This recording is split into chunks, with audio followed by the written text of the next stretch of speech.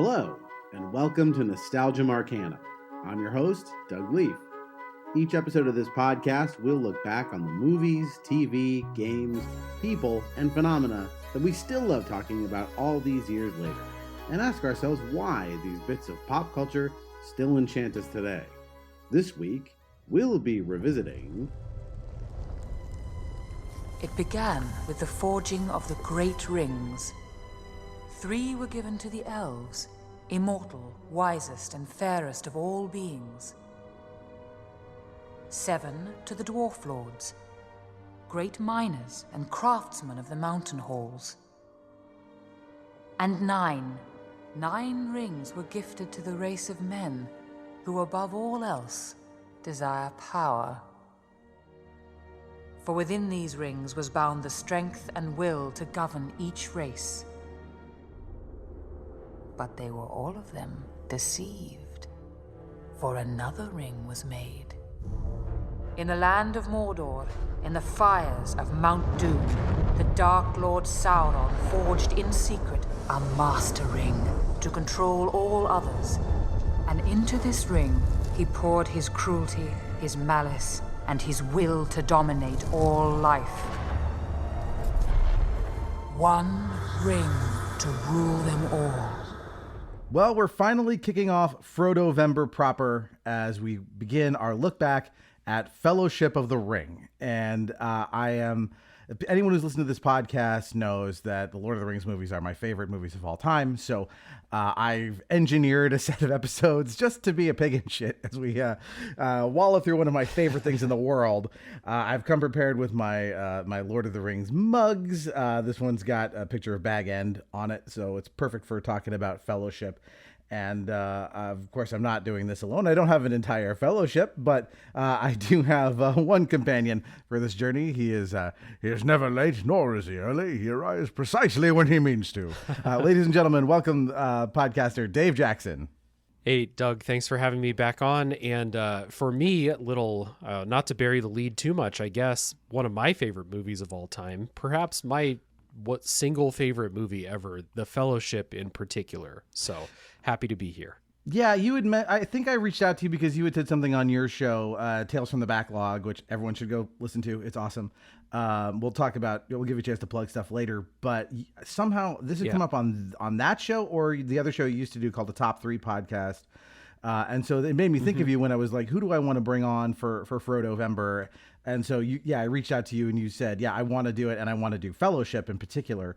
So let's start where we always do. Tell me your nostalgic memories of Fellowship of the Ring. And I assume you probably have some nostalgic memories of maybe the books or at least this Middle Earth in general. So we'll start there.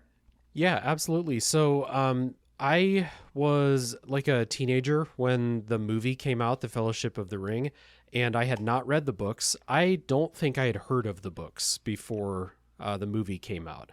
But the movie, something about it made it seem like a big enough deal that we went to see it in the theater, and I was just absolutely blown away. Basically, as soon as it's like just started rolling, I was like, oh, this is good. I love this. And so the movie really was the thing that kicked it off. And then I was there, when Two Towers dropped in theaters, Return of the King, from then on, and then unfortunately through the Hobbit trilogy and stuff like that, the movies.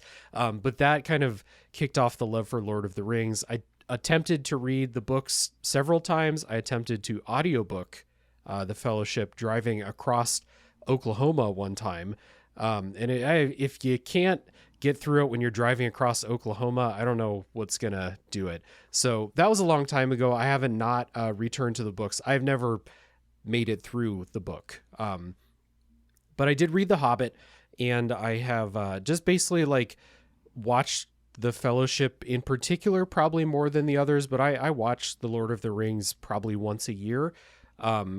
People who know me, people who listen to my shows or talk about movies with me are very frustrated with me at how few classics I seem to have seen. And it's because instead of watching a different movie, whenever I'm I'm going to sit down and watch a movie, I'll just watch Lord of the Rings again, stuff like that. So it really started with the movies, but it really kicked off a love for this.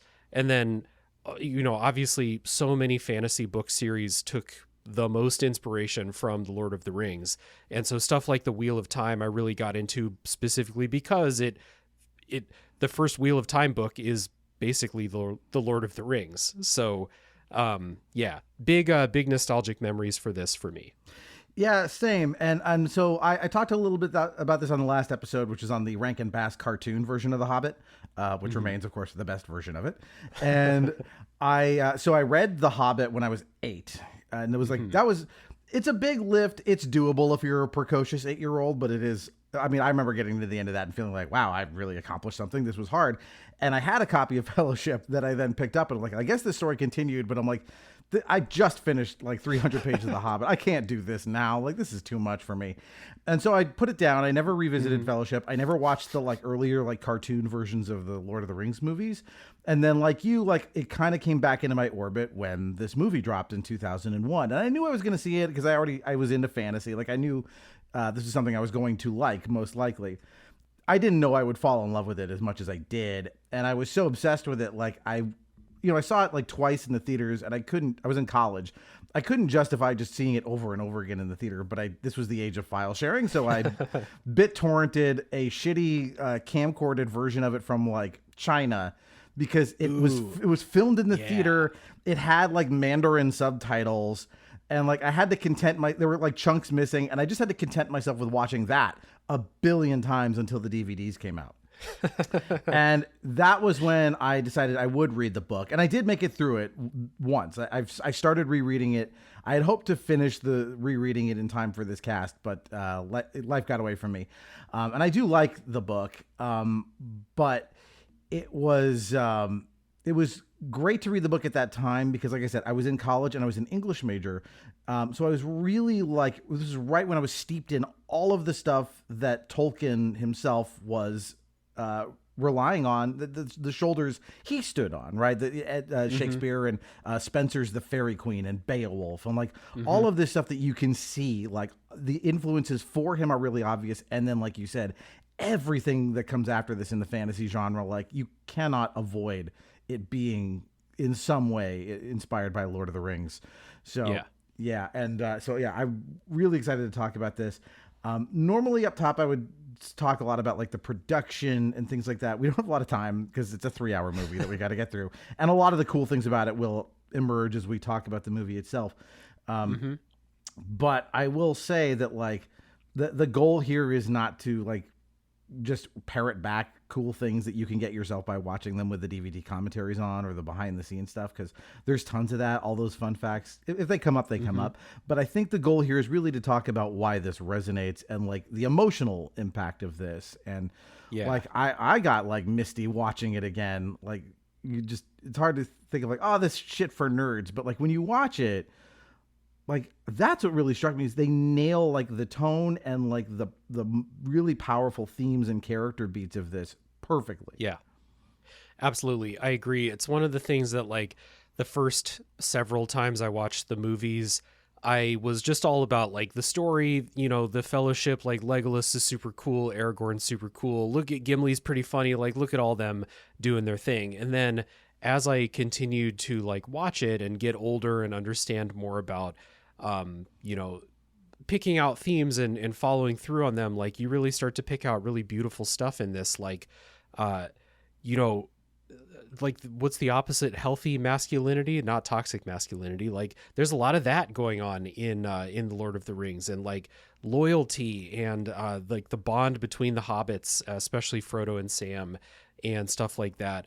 A lot of that stuff actually does hit better the more you watch it. And I guess maybe coinciding a little bit with like how we get older, we start to like pay more attention to the world around us and how shitty it can be.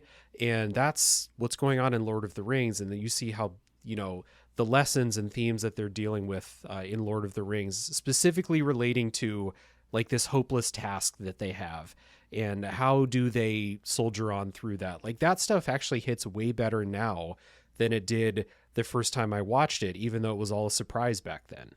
Yeah, the theme here of like hope versus despair, right, that's probably the strongest theme in the book. And there's a lot of strong themes going on in this work, but that's the one that resonates the most, right? It's not just that, because Frodo and Sam are like, you run into this problem with characters like this where like they're good. Their primary character trait is that like they're kind and loyal and good.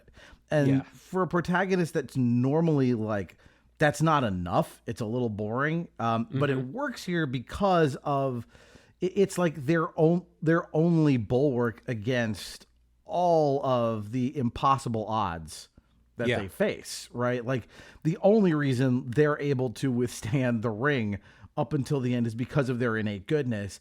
And you see the toll that takes on them. And there's a little bit of like the passion of the Hobbit in this, where like the suffering is kind of the point in a way. Like Frodo suffers in a way that like Bilbo never does during his quest, right? This is about like maximum, fortitude in the face of almost certain failure. But like you watch, we'll talk about it, but like characters like Saruman, right? Like Saruman is evil. He's not even necessarily evil, but he's given up. He's just like, well, I got to be on the winning team, and that's enough to corrupt him. And this question of like, is the ring is magical, but there's always this question of like, is the corruption, external? It's the ring magically corrupting you through its, supernatural forces, or is it just enough that like humans, people are susceptible, right? Power corrupts, and the fear of failure is a corrupting, and that's enough to do it to you, regardless of the ring's actual magical properties. Yeah, absolutely. Like in the movie really starts out with that, and just kind of like, that's the trick that Sauron played on, especially the men, the rulers of the men, as differentiated from the elves and dwarves and stuff like that. Is exactly what you said. It's not necessarily that the ring is like so evil that no one can resist it, but men, especially, and we know this about real people, have this this corruptibility to them, that those people, if what they desire above all else is power, as Galadriel says at the beginning, then of course something like this is going to corrupt them. We see this over and over again in real life. Especially, like I said, the more you get older, the more you pay attention to real life and how things work in the real world, the less fantastical some of this shit seems in the Lord of the Rings. Yeah, it's very clearly written by a guy who, as we talked about, he fought in World War I. Yeah, he lived through World War II. He's seen some shit. Yep. And he's seen the power of men be corrupted by influential evil people, and unfortunately that is a bit of history that is always going to repeat. And so it hits hard now, as it did. The other thing I wanted to mention before we launch into this story is like what a staggering achievement this is in terms of adaptation, because like for a book that's in theory unadaptable, it's so big, it's so dense, they do such a good job of distilling this down to its core elements, and in an economical way, because the 3 hours in this movie and in the entire trilogy, they fly by. And I've seen the screenwriters, of course, Peter Jackson, also the director, Fran Walsh and Philippa Boyens, his colleagues on this.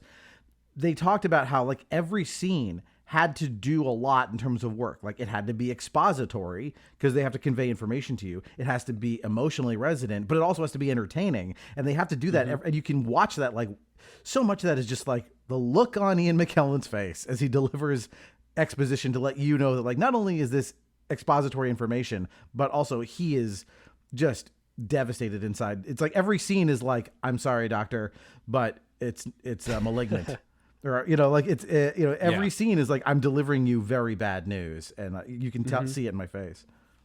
Yeah, I mean that's part of the reason I never made it through the books, is because the books are not an easy read. They're tough to get through, and part of it is because they're as old as they are, and fiction was just not written the same way when those books were written as they are now. But also, like, I've read books that are that old before. They're not all as tough to get through as The Lord of the Rings.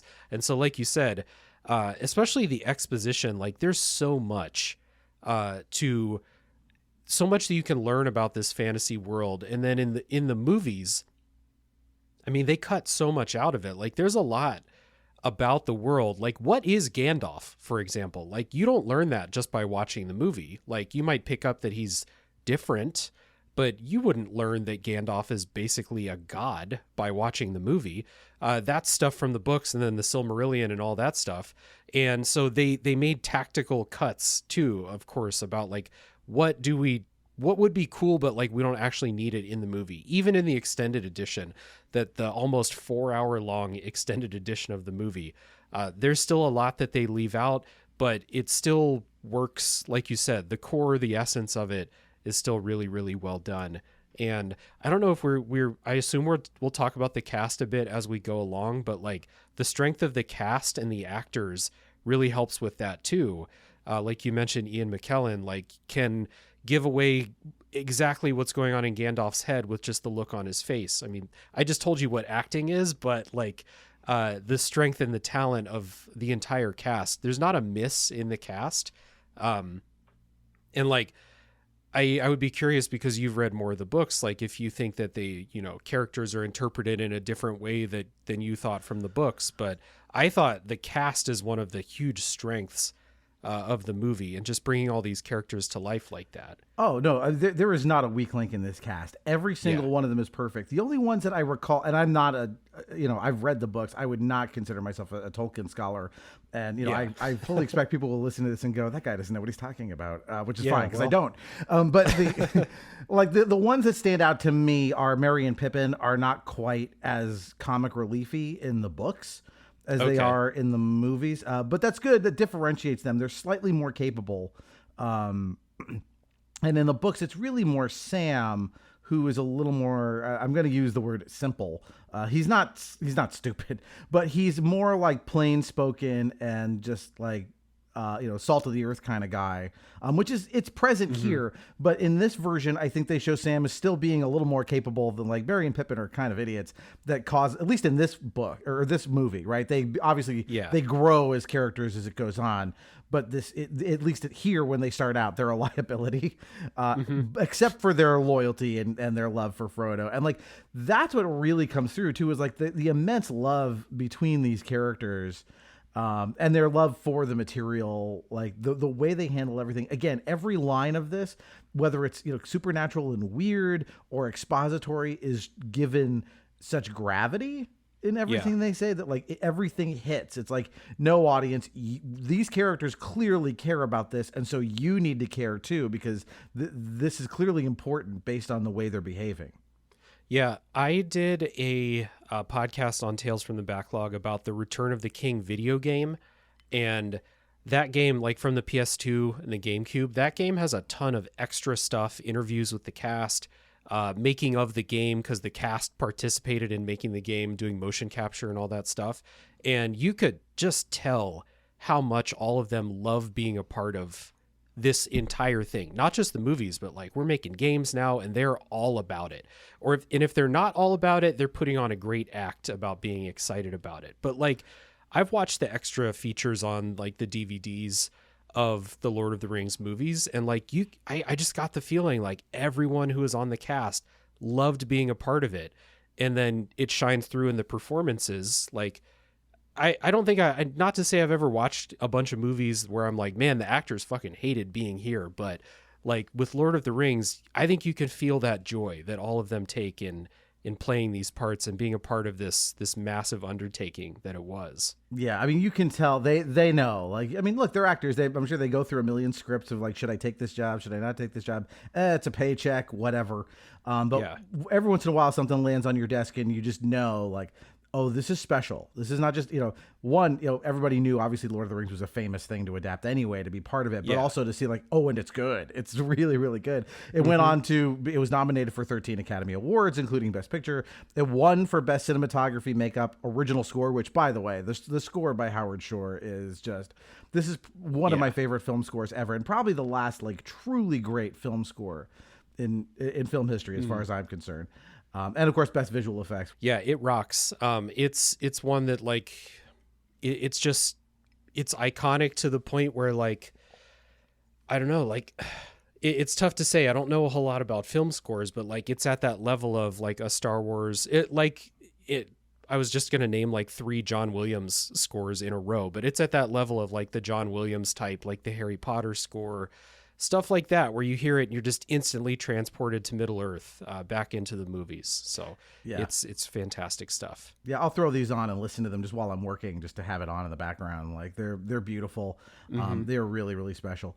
But let's get into it, because we got a big 3-hour movie to recap. So what I'm going to do for this one, I'm going to be walking us through the theatrical release, not the extended edition. But if there's interesting things from the extended edition that are worth kind of mentioning as we go through it, we'll talk about those things as they kind of pop up.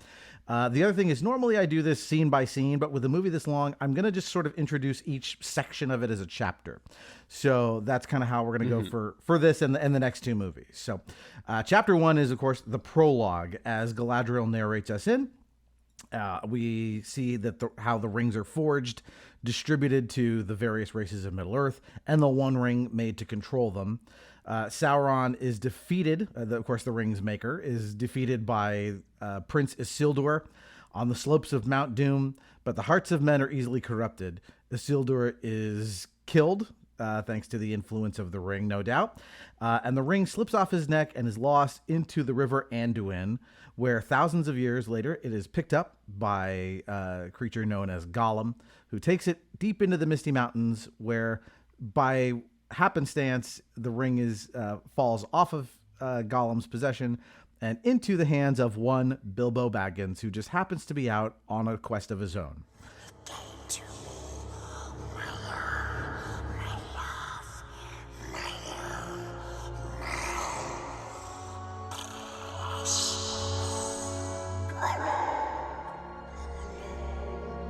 The ring brought to Gollum unnatural long life.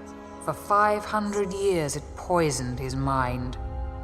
And in the gloom of Gollum's cave, it waited. Darkness crept back into the forest of the world. Rumor grew of a shadow in the east, whispers of a nameless fear. And the ring of power perceived. Its time had now come. It abandoned Gollum. But something happened then the ring did not intend. It was picked up by the most unlikely creature imaginable. What's this? A hobbit, Bilbo Baggins of the Shire. A ring.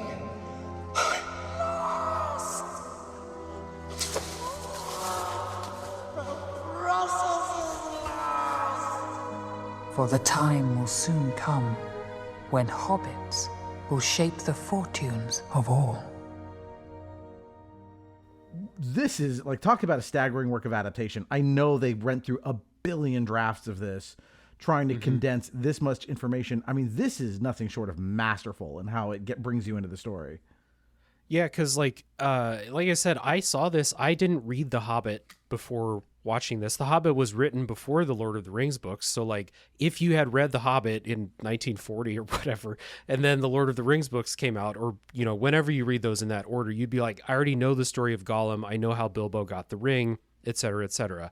But for bringing it for these movies and like bringing everyone into the world, it's interesting to see this as like, I'm like neck deep in video game criticism all the time. And one of the hot things right now in video game criticism is get people into the action right away. Don't spend a bunch of time doing long exposition at the beginning, because people are going to start looking at their phones. They're going to start getting bored and stuff like that.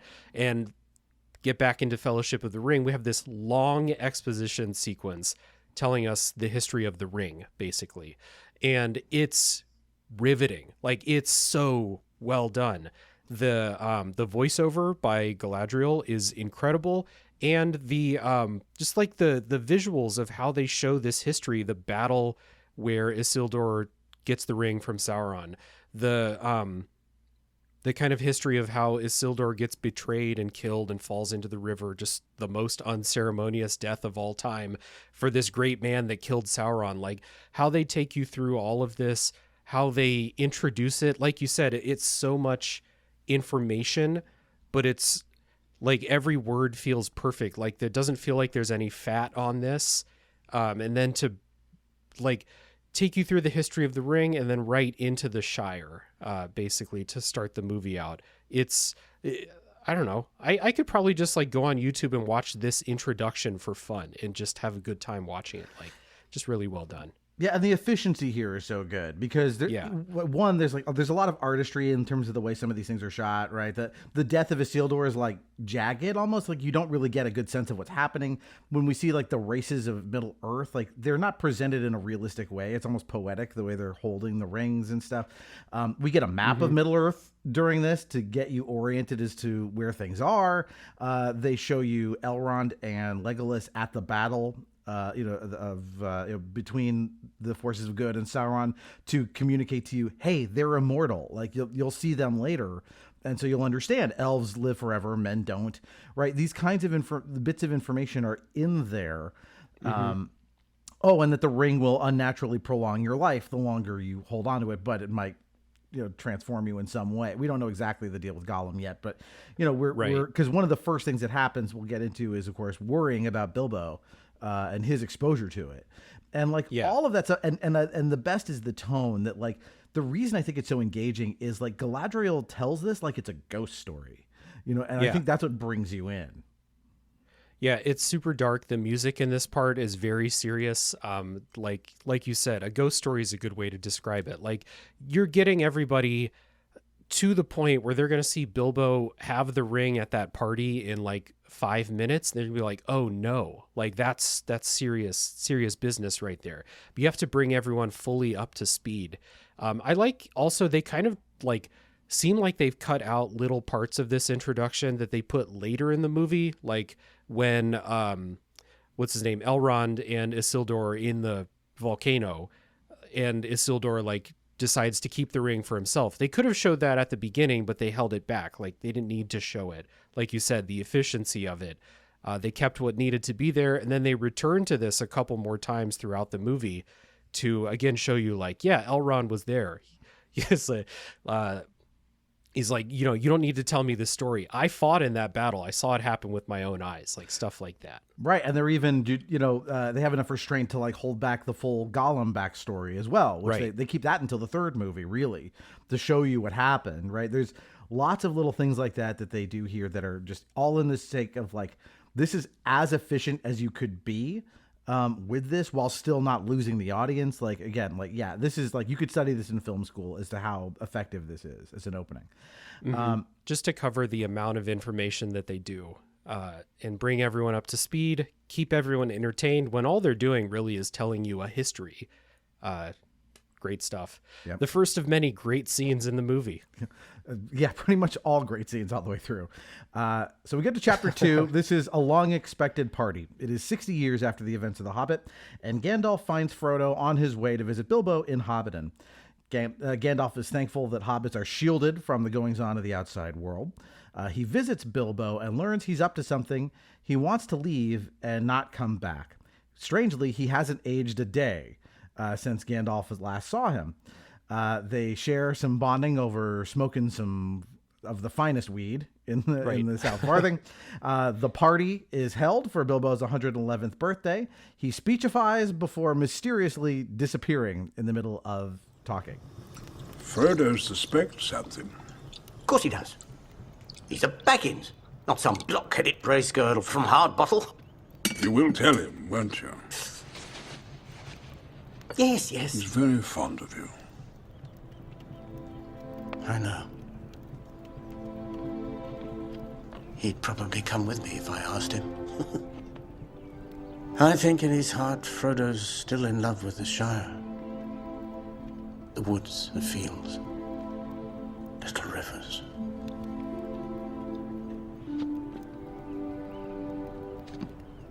I'm old, Gandalf. I know I don't look it, but I'm beginning to feel it in my heart. I feel thin, sort of stretched, like butter scraped over too much bread. I need a holiday, a very long holiday, and I don't expect I shall return. In fact, I mean not to. Yeah. And you get your intro to Frodo and just kind of like this nice young man, and you get your intro to Merry and Pippin at the party, the troublemakers with the firework. The firework dragon scared the shit out of me the first time I watched the movie. The first of many like sneaky, scary things that got me the first time I watched this movie. The dragon was the first one. But there's also like little stuff peppered in there that I think is nice, like knowing more about this more complete story, having read The Hobbit, for example, like the part where the dragon firework is flying and Frodo says like, Bilbo, get down, there's a dragon. And he's like, nonsense, there hasn't been a dragon in however many years. And you're like, if you read The Hobbit, you're like, oh, Bilbo's experienced a dragon before, but I wouldn't know that just watching this movie. It's cool that they throw stuff like that in. They throw the intro to Gandalf, this mysterious wizard at this point, but he's known to the hobbits. The hobbits don't like him, which I think is funny. The dirty look that old woman gives him when he's walking by. Some of them do. Like usually, like for most of the hobbits, they're like, "Oh boy, Gandalf means fireworks and right, the good kids times." do, yeah. Right. Like so, most of it. But there's like the Sackville Bagginses and stuff. These other relatives that Bilbo complains about, and in the book they make it very clear that the hobbits that are Bilbo's relatives are kind of pissed that Bilbo is gonna leave his estate and his the treasure he's known to have after the events of the Hobbit.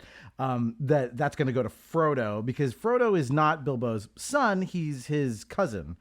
And so right. These like other relatives feel like they would otherwise have a better claim if Bilbo had not legally adopted Frodo. So they're very like keen on getting their hands on Bag End. And in the book, in fact, after Frodo gets the ring, he does sell Bag End. Like here he keeps Bag End in the movie. But that's a big deal that like these relatives are kind of just nipping it at their heels. Like they can't wait to get their hands on Bilbo's fortune. But like, yeah, as you said, there's these other little nods, like the map from The Hobbit is at Bag End. We see it, right? But the character stuff here is, again, like Gandalf is already he doesn't know for sure that Bilbo has the One Ring, but he knows he's got the magic ring. And the fact that he's not aged, like it's enough to see that, again, just the look on Ian McKellen's face tells you something's wrong. And even Bilbo knows it. He says, I'm thin. I feel like butter scraped over too much bread, which is a line right out of the book as well.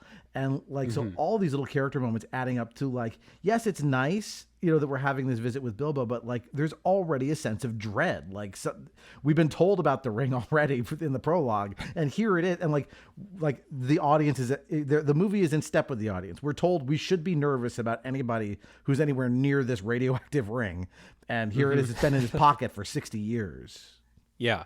And that line where Gandalf says, you haven't aged a day, is kind of like, feels a little innocuous if you haven't really been paying attention to it. But the way it's delivered, there is a little hint of concern in there, like you said. Maybe that ring that you have is a little bit more powerful than I first thought. Because in a very soon little like section that we've broken off here, Gandalf goes to confirm the suspicions, but at this point they're only suspicions that this might be the ring. Right. The other thing that I love here is like the zest for life that the hobbits have, and that Gandalf has as well. Like he shares this like love for the world and all that's good in it, as exemplified by these pastoral hobbits living their agrarian life, where things are just fine all the time. Like that's also part of this hopefulness that's important, which is like, that's why the hobbits are so good at like generally resisting the ring for the most part. Because generally they're just genial, good people that they just care about having a whole bunch of meals and, not much else. Yeah. They just generally don't want to be bothered. They want to have good food. They want to have parties. And then otherwise they want to just kind of chill. And, that life of a hobbit seems pretty nice, although like, could I slow my brain down to be able to like fully get on the rhythms that the hobbits are on? I'm not sure, but it's just really nice. And it's one of those things this is a hero's journey story, and so this is one of the first steps of the hero's journey, is showing you the nice, usually like the nice home life, basically the nice chill thing that's then going to be fucked up and cut out of the movie from the books, the scouring of the Shire, whatever it's called. But like, this is the thing that we're fighting for. This is, we have to go on this quest to destroy the ring and keep these ring wraiths out of here once they start showing up, because of how nice this place is and how good the quality of life seems to be there. Yeah, there's one little detail I like too, that so when they go to have their smoke, Bilbo blows a ring, which is, and then Gandalf blows a smoke boat that then sails through the ring, which is in a way kind of a metaphor for the end of the story, right? Because they get on the boats and leave after going through kind of the shit with the ring. Like, that's a nice touch. It is. So, chapter 3, Frodo takes the ring. Back at home, Bilbo removes the ring and has great difficulty leaving it behind, even with Gandalf pulling out every trick to persuade him to do it. I'm leaving everything to him. What about this ring of yours? Is that staying too? Yes. It's in an envelope over there on the mantelpiece. No. Wait, it's here in my pocket.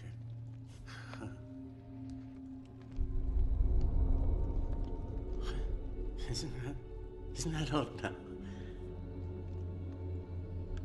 Yet, after all, why not? Why shouldn't I keep it? I think you should leave the ring behind. Well, is that so hard? Well, no. And yes. Now it comes to it. I don't feel like parting with it. It's mine. I found it. It came to me. There's no need to get angry. Well, if I'm angry, it's your fault. It's mine. My own. My precious. Precious? It's been called that before, but not by you. Oh, my business isn't of yours when I do with my own things. I think you've had that ring quite long enough. You want it for yourself. Bilbo Baggins! Do not take me for some conjurer of cheap tricks. I am not trying to rob you. I'm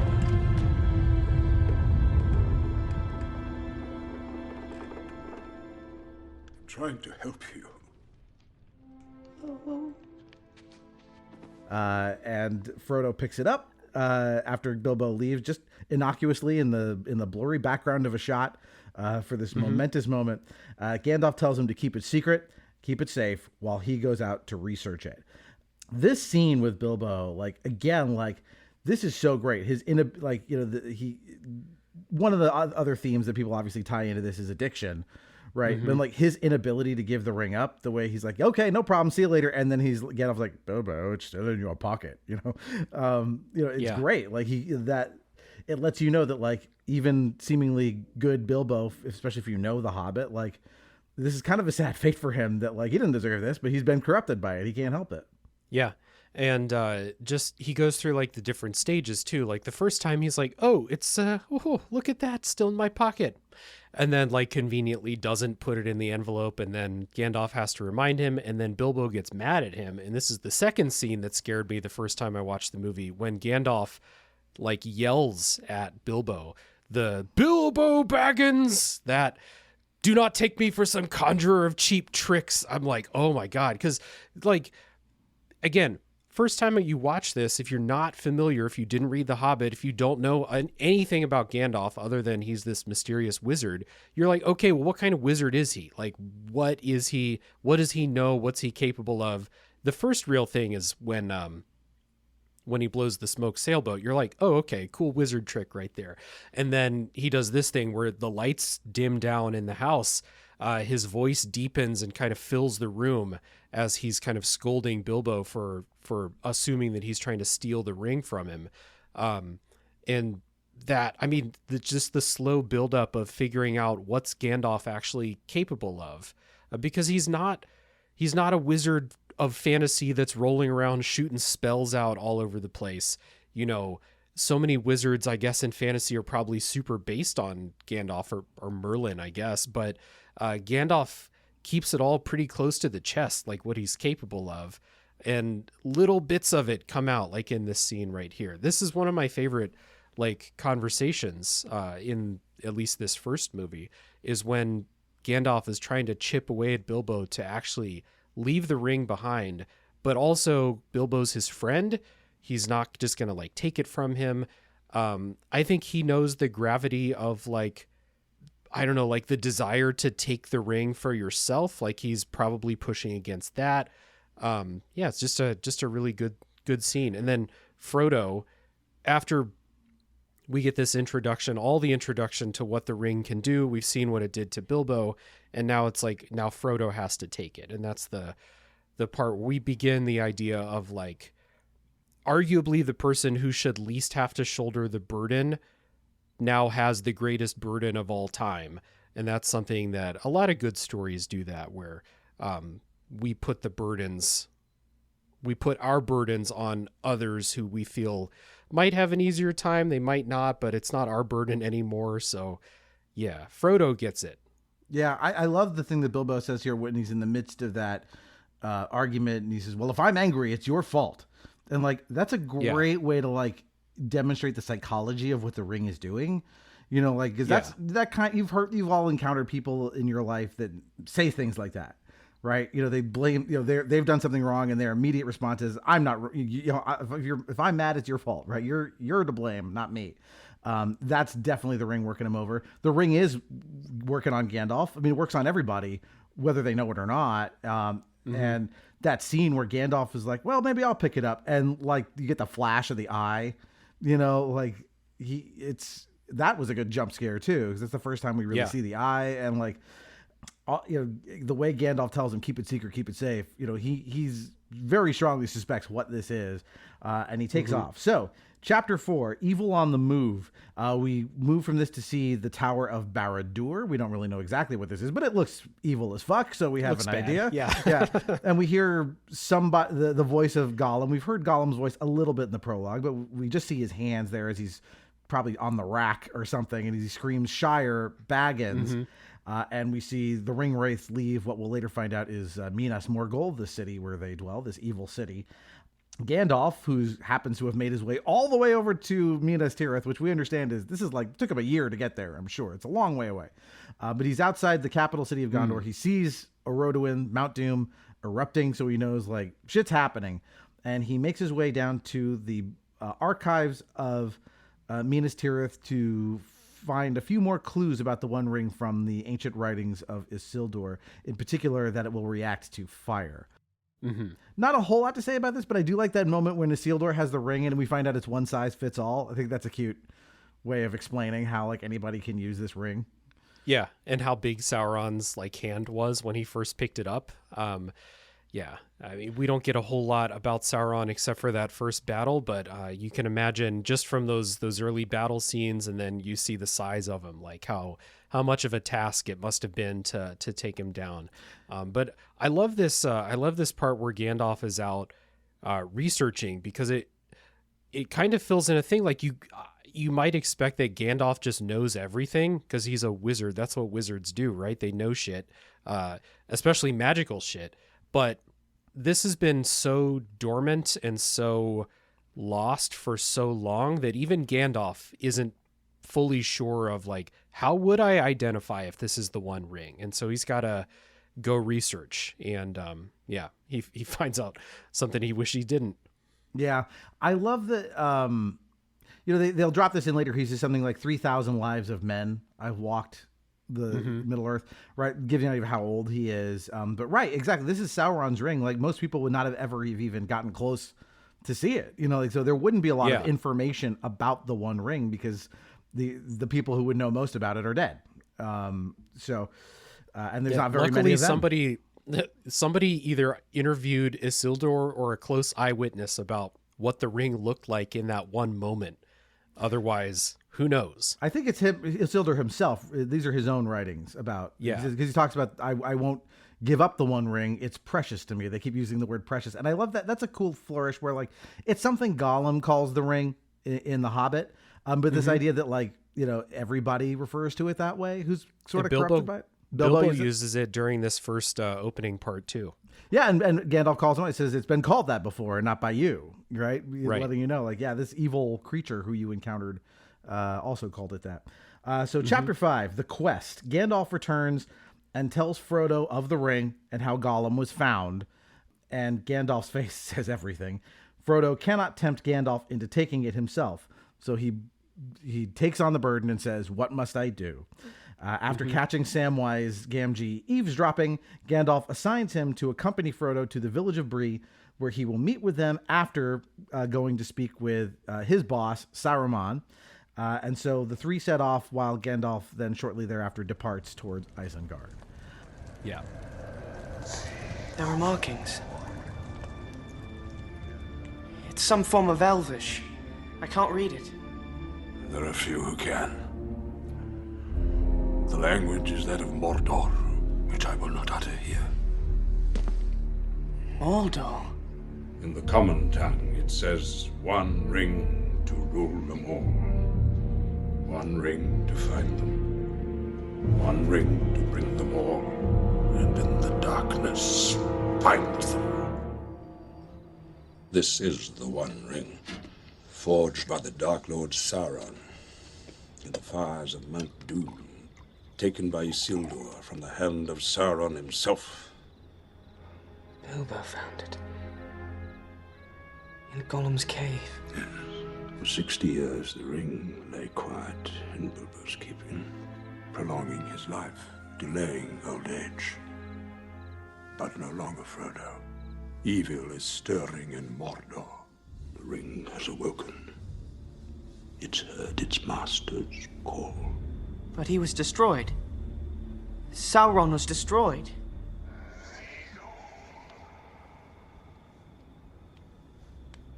No, Frodo. The spirit of Sauron endured. His life force is bound to the ring, and the ring survived. Yet again, another, like, one, we get, this is our first real introduction to Sam. I mean, he's at the party, but we don't get a lot with him. And we get, like, how sort of, again, how sweet he is, you know, like he tries to lie to Gandalf, right? I was just trimming the trees. Yeah. He's like, a little late for that, isn't it? You know? Yeah. But Frodo, like, again, like Frodo, like, he just, like, he takes it on, like, you know, he doesn't really understand fully what he's saying yes to, but still, like, he tries to get Gandalf to take the ring, and Gandalf was like, "I can't do it, you know, because if you give it to me, you put something that powerful in my hands, its evil will do something far, far worse." Yeah. Yeah, that's interesting. To put it that way, it's almost like a tactical choice by Gandalf to have Frodo do it rather than risk something happening to himself. Like, the consequences if Gandalf were to be corrupted by the ring would be catastrophic.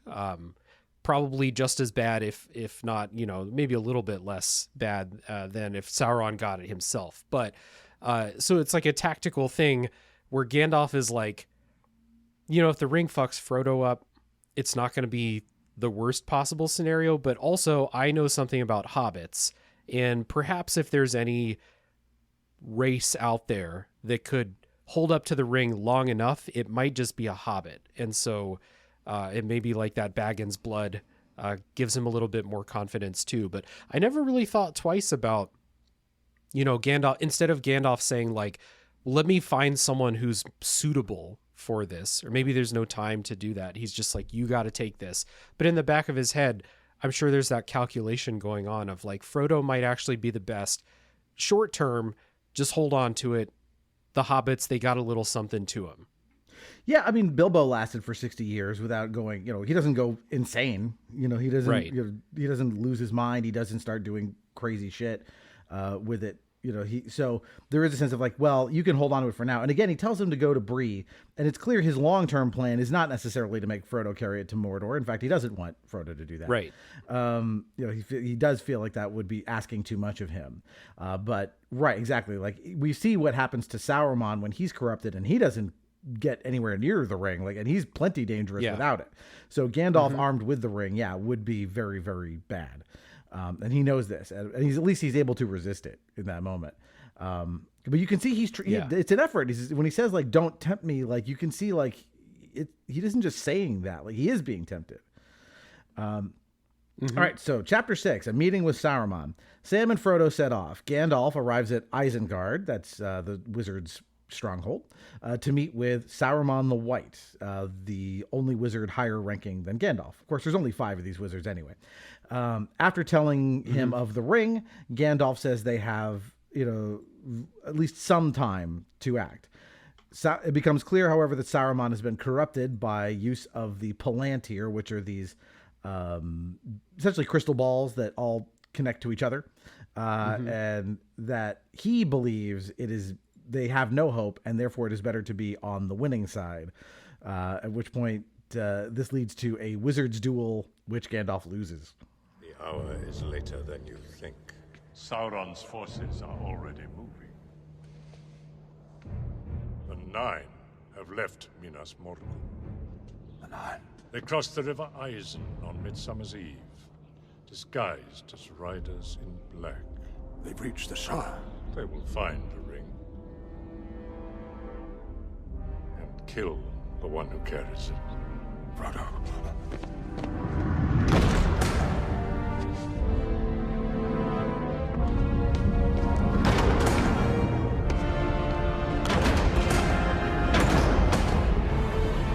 He did not seriously think that a hobbit could contend with the will of Sauron. There are none who can. Against the power of Mordor, there can be no victory. We must join with him, Gandalf. We must join with Sauron. It would be wise, my friend. Tell me, friend, when did Saruman the Wise abandon reason for madness?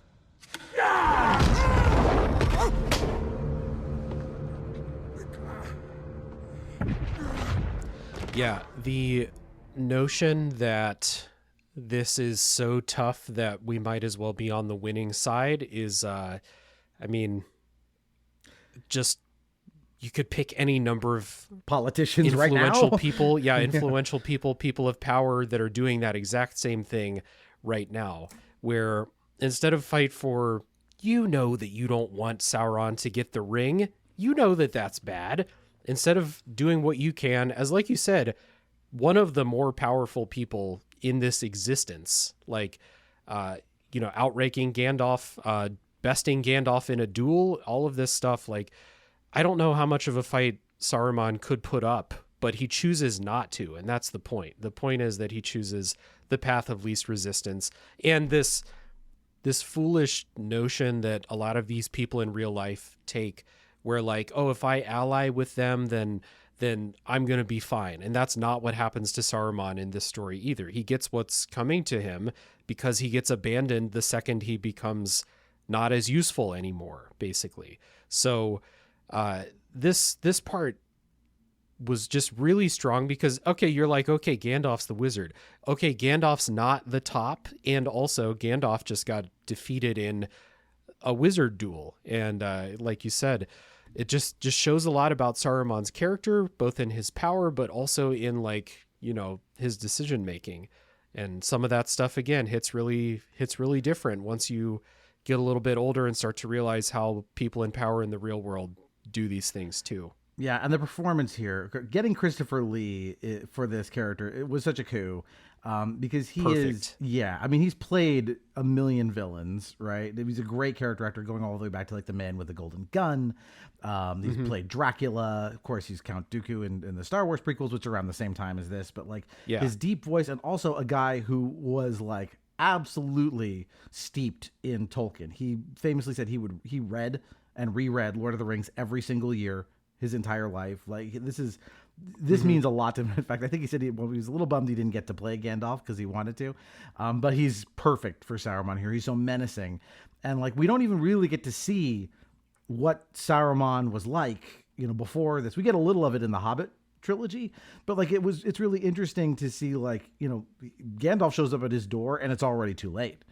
It's not because he tells him oh, we think, we found the One Ring. And he's like, oh no, it's already too late. That you'd think that would be the knowledge that tips the scales from, oh, it was found. But no, he's already been communicating with Sauron and the Palantir. Like he knows, the odds of good triumphing over evil here are too slim, at least for him. Yeah. The way, just like back to Christopher Lee real quick. I love the way that he talks is so menacing. The way he like over enunciates every single word. It's super theatrical, in a way that like, if I have read a long time ago, but forgot, like he had to have come from like a very strong, like theater background, like Shakespeare villain type shit. And that's what Saruman is all about. And, you can contrast that with even the way Gandalf talks in the movie. And it just gives that like much more sinister tone to Saruman. Saruman doesn't get like a whole lot of screen time in the whole trilogy, but Christopher Lee is so good that he just like dominates whenever he's on screen. And there's a bunch of like really cool, like, fun facts, maybe doki doki facts at this point about, Christopher Lee's involvement in like decisions on what should this character do at this time and stuff like that. Because number one, he also fought in wars. Number he was two, a spy. He's a Tolkien expert, like you said, like he's a super fan. So just like another one of those people that, like you said, maybe he wanted to be Gandalf, but being Saruman's not half bad. And this is a dream role for him, I'm sure. Yeah, and like as you said, like he does speak differently. His cadence is different, right? His presentation, it sort of contrasts with Gandalf, who's like the man of the people. He really loves the low folk, and you get the impression that like Saruman would not ever set foot in Hobbiton. Like those are peasants that are beneath him, right? At least as Saruman is now. We don't know what Saruman was like, 2,000 years ago or whatever. But this is who we're dealing with, right? All right, so this leads to Chapter 7, A Shortcut to Mushrooms. Frodo and Sam get lost a little bit in the fields, and Sam, gets nervous, and he says, well, Gandalf told me, don't you lose him, Samwise Gamgee, and I don't mean to. So he takes his mission to protect Frodo very much to heart. And we'll see just how much over the course of the trilogy. Yeah. But they bump into Merry and Pippin, who are in the process of fleeing, having purloined vegetables from Farmer Maggot, who they run from.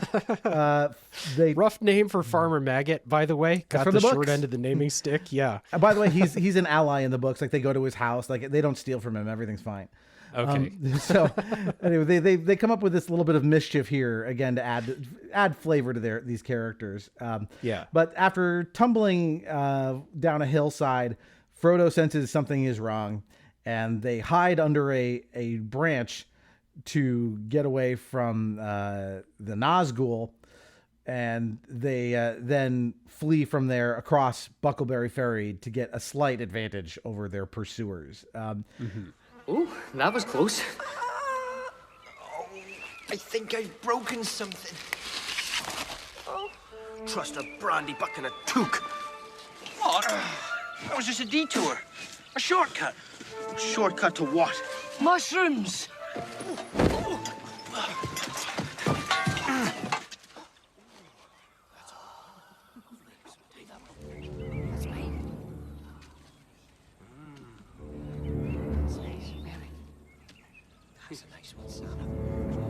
I think we should get off the road.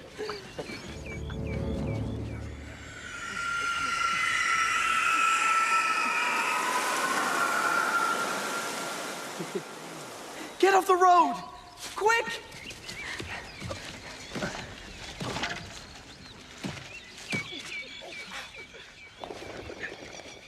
One of the things I love about this, and the trilogy in general, is Peter Jackson comes from a horror background. He made, all of these like kind of, I don't say schlocky, but like kind of gonzo horror films. Think of like, I think this really benefits like the reason that Sam Raimi's Spider-Man trilogy is so good is because he also like you see like there's flashes of like Evil Dead in the Spider-Man movies, and you can see that here. Like he really brings that knowledge to bear, and it's important because it makes all of this like the scary things really feel scary. Even though the movie is like entertaining, like I could show this to my son. I think he could hang with it. Yeah. But like the Nazgûl are terrifying. Oh, dude, especially this scene when they're first, like, there's that scene a little bit earlier when it like goes to the Hobbit's house and it just says Shire. Baggins is like, there's no Bagginses here, over that way. Like, that's kind of scary. But this one where they're like, the horse is literally like breathing down their necks is legitimately scary. Like that, like you said, I didn't know that, but that makes sense. Like, that's horror filmmaking chops right there to make them as scary and menacing as they should be. And kind of, again, really sets like an expectation for what, if the hobbits are just the hobbits, it's just Frodo and Sam, or just the four of them like it is in this part. Like, what can they do in a dangerous situation? Like, are hobbits fighters? No, they're not fighters. The only thing they can really do is hide and run from a dangerous situation like this. And like, they, if cornered, they'll draw weapons and fight, but they're not warriors. They're 3 feet they're tall. Hobbits. Yeah, they're farmers. tinies. Yeah, so like when we think about, you know, a heroic character in a story, heroism in The Lord of the Rings sometimes has to do with combat and fighting and physical strength. But the heroism that the hobbits show almost never has anything to do with that. It's courage, sometimes knowing when to run, stuff like that, and resisting, of course, the call of the ring as much as you can. But this really like sets how dangerous these things are. Again, if you're coming to this new, like I was, I don't know what a Nazgùl is. I don't know if that's literally the most dangerous thing in the world outside of Sauron himself. You wouldn't know that. But then you start to get these scenes with them where you're like, oh, they're actually really bad news. And all you can do is run or hide or both. Yeah, they're basically unkillable, as we'll find out later. Yeah. Like you'll see like that moment where like he kind of puts his like pauldron or whatever that's called, his his armored hand on the root, and like millipedes and spiders are like running away from it. Again, really sounds like this is a special supernatural threat, and cool because they're unique, right? We haven't, if you're familiar with fantasy, if it was like a Cyclops or something, like, okay, we've seen this in like Greek mythology. This is new. This is unique to Tolkien, and it's great. And especially the more we learn about what they are, like the scarier they get. And also, as you said, like the hobbits are so, defenseless for the most part that you ask, what are they going to do? Well, for a while, as we'll see, we're going to pair them up with some of the best combatants in Middle Earth, but then they will be stripped away of that for, they're going to have to do it on their own. So this leads to chapter 8, Bree. The hobbits arrive at the Inn of the Prancing Pony, but Gandalf is not there to meet them, like he said he would be. They ask about a shadowy figure watching them, who the barkeeper calls Strider.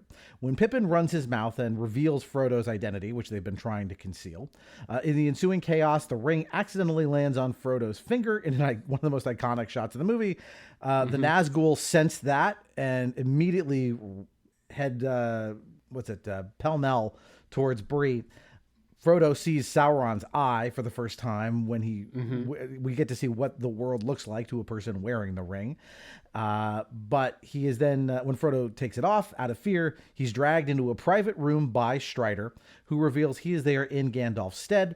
He helps them create decoys for the Nazgùl, who invade the city. Strider explains what they really are. They are what remains of the 9 human kings from the prologue. Yeah. What are they? They were once men, great kings of men. Then Sauron the Deceiver gave to them 9 rings of power. Blinded by their greed, they took them without question, one by one, falling into darkness. And now they are slaves to his will. They are the Nazgùl, ring wraiths, neither living nor dead. At all times they feel the presence of the ring, drawn to the power of the one. They will never stop hunting you. Again, if you didn't know by now that the ring is not the ring, but any of the rings are bad news, now you know, because you've seen what became of the people that got the gifts from Sauron. They're Sauron's top generals or top lieutenants now, or whatever they're called, his top warriors. So again, the tricks and things that you need to do to evade them, I mean, stuffing beds with straw and pillows and stuff like that. but that's just going to buy you only so much time. The cool part is learning about Strider. That was the thing that got me the first time, is like, who's this guy? And I didn't know anything about Viggo Mortensen before I watched this movie. This is the first movie I'd ever seen him in. And what an introduction to him, because the way that he plays this character, that like there's more to him, obviously, but like he's also a mystery. He's using a fake name. No one's named Strider. That's not a real name. So like all of this stuff all coming together at once. Whereas Gandalf, like, we know probably what happened to Gandalf, but Gandalf was like the safety net for the hobbits. If Gandalf is around, then the hobbits are probably going to be fine, but Gandalf's not here. So, oh shit. Like all that stuff coming together. And that's such like a kid thing, right? Like, you know, been in that situation, like, oh, your parents are supposed to come and pick you up and they send somebody else. Or like, uh-oh, you know, where are my parents? You know? That's what this is. That scene where you see the eye for the first time too, like that, it's an eyeball. Like it's a big flaming eyeball. It should be kind of goofy, but like that is also terrifying. Like the size of it and the way it kind of like all of the people in the room, everything looks kind of wispy. Because in like I was used to the Hobbit, the Rankin Bass cartoon Hobbit, where he puts on the ring, he turns invisible. That's it. Like that's what the ring does, right? It's harmless as far as we know. Yeah. And so they still keep to that. Like Frodo is invisible, but like as Peter Jackson I've heard describe it, like what's actually happening is, you know, you are somewhat transported into this world of wraiths, which is, you know, what the ring kind of does to you. It turns you into a wraith. It corrupts you in that way. And it's why when later on, when Frodo will put on the ring around the Nazgùl, he sees what they really are, you know, like all of that. And again, what I love is like the ring, because it can turn you invisible, like that's great for getting out of a spot.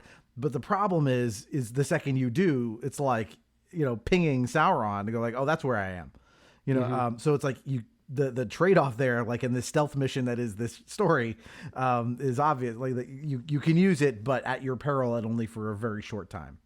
Yeah, exactly. One quick thing about the prancing pony before we move on. The gatekeeper is played by David Bradley, who is someone who, like, if you grew up watching fantasy movies, you mean Harry Potter, four hobbits, that guy? Yeah, exactly. Yeah. Game of Thrones, that guy played Walder Frey in Game of Thrones, probably most famously for, you know, right now. But Game of Thrones is not right now. Time is nothing anymore. But you know what I mean? One of those things where you watch this movie back and you're like, oh yeah, it's that guy. He's in a lot of stuff. He's the gatekeeper in here. Another great recognizable face. Yep. And Peter Jackson is the guy with the giant carrot shortly after they go through the gate. He's there. Peter Jackson's kids are hobbits in the scene where Bilbo's telling them the story about the trolls. His actual kids are there listening to Bilbo. It's very cute. Nice. And this sequence where like the Nazgùl come in and they start stabbing, like you really like get the sense that they aren't human anymore, and that like I don't think they can see as well as like regular humans. Like there's something about this that their vision isn't as good, right? They don't notice these are decoys, and like the way they're stabbing just kind of like robotically, just up down like a million times. Like, very ghostly. Yeah, like people wouldn't do that. Like if you were a human assassin, you would just stab or slice the throat once, but this kind of like just inhuman movement too is noticeable. All right, chapter 9, Into the Wild. Aragorn leads the skeptical hobbits towards Rivendell and Elrond. The hobbits are sad to learn that Aragorn is unfamiliar with their dietary needs. Gentlemen, we do not stop till nightfall. What about breakfast? We've already had it. We've had one, yes. What about second breakfast? Don't think he knows about second breakfast, Pip. What about elevensies? Luncheon, afternoon tea, dinner, supper. He knows about them, doesn't he? I wouldn't count on it.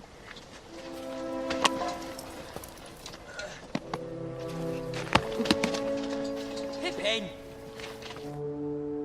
Meanwhile, Saruman speaks to Sauron through the Palantir.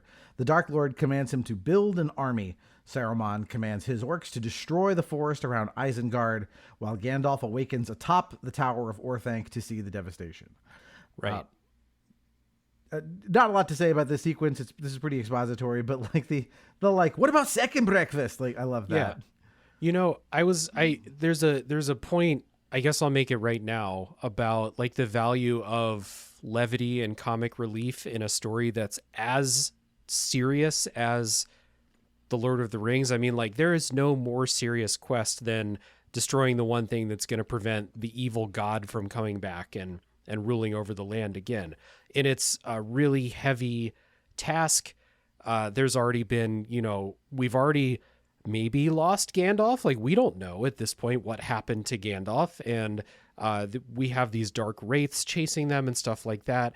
But that's like the value, I guess, of going off of what you said earlier. This more comic relief role for Merry and Pippin is to bring a little bit of levity into it. I was just talking about this, about Claire Obscure, Expedition 33 recently, which is the saddest story ever, but also can be the funniest story at certain points too. Like, the value of having both and walking that line between like, when's it time to be serious? When's it time to cut a joke and kind of let some of that tension out? That second breakfast line is a great example of that. Yeah. My friend Alex, who's on this podcast a lot, harps on this. Spielberg, for example, is an expert at doing this stuff. Like Jurassic Park has really funny moments, but also terrifying moments. Yeah. Jaws, a great example, right? Jaws has very funny stuff in it, but still doesn't. In fact, it makes the scarier parts scarier, right? Right. It helps. That stuff builds connection to the people who are in the dangerous situations. Like, that stuff, what's the word? Like, helps you form a connection and a love for Merry and Pippin when otherwise they're kind of worthless. Like, but they're funny. They're the funny ones. And I like them because they made me laugh. That second breakfast line is great. And like, this is what they care about on this quest. So later on in the Fellowship of the Ring, when Merry and Pippin are fucking shit up, or when they get captured, you feel bad. You want them to be okay because of like this groundwork that's been laid. Because they're obviously not heroes like the other characters are. No, but they still also have their dedication for Frodo, because like in the earlier scene when they're fleeing the Nazgùl to get to the bridge or the ferry, like they're like, okay, Buckleberry Ferry, let's go. Like, they're still ride or die for Frodo in a way that like, makes you care about them even when they are, again, they're just out of their depth. And so like that's helpful as well. Like, again, like because they care about Frodo so much, like you're still rooting for them. Right. The other thing that's layered in here is this theme of the destruction of the environment. Tolkien cared very greatly about trees and the natural world. That's something he wrote about a lot. And here, we see the beginning of that, like, because when we first see Isengard, it's green and beautiful. And here, as we start to see them tear down the trees to make them into ultimately war machines, like we're supposed to feel that like, something beautiful has been lost. And of course, this will partly lead to Saruman's downfall in part 2. All right. Chapter 10, Weathertop. The hobbits and Strider make camp. He leaves to scout. Frodo awakens to see his companions cooking. Frodo is too late to put out the fire, which has attracted the Nazgùl. The hobbits make a last stand at the watchtower of Amonsul atop this hill. Frodo tries to use the ring, but the Nazgùl still see him in their true ghostly forms. The Witch King, the leader of the Nazgùl, stabs Frodo with what is called a Morgul blade, this evil cursed weapon. But Aragorn arrives at the last minute to repel them with fire. Again, it's just a great action sequence. Not a lot to say, but like that moment of like Frodo going, I know what I can do. I can put on the ring. That'll help. Yeah. Nope. The first time when we see like the actual bravery of the hobbits, when we may have assumed that they are, they just like to chill. They like to eat. Again, if you didn't read The Hobbit, you might not know that.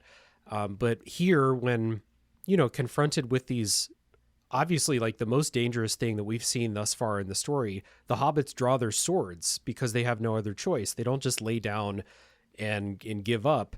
They do have some fight in them. We see that.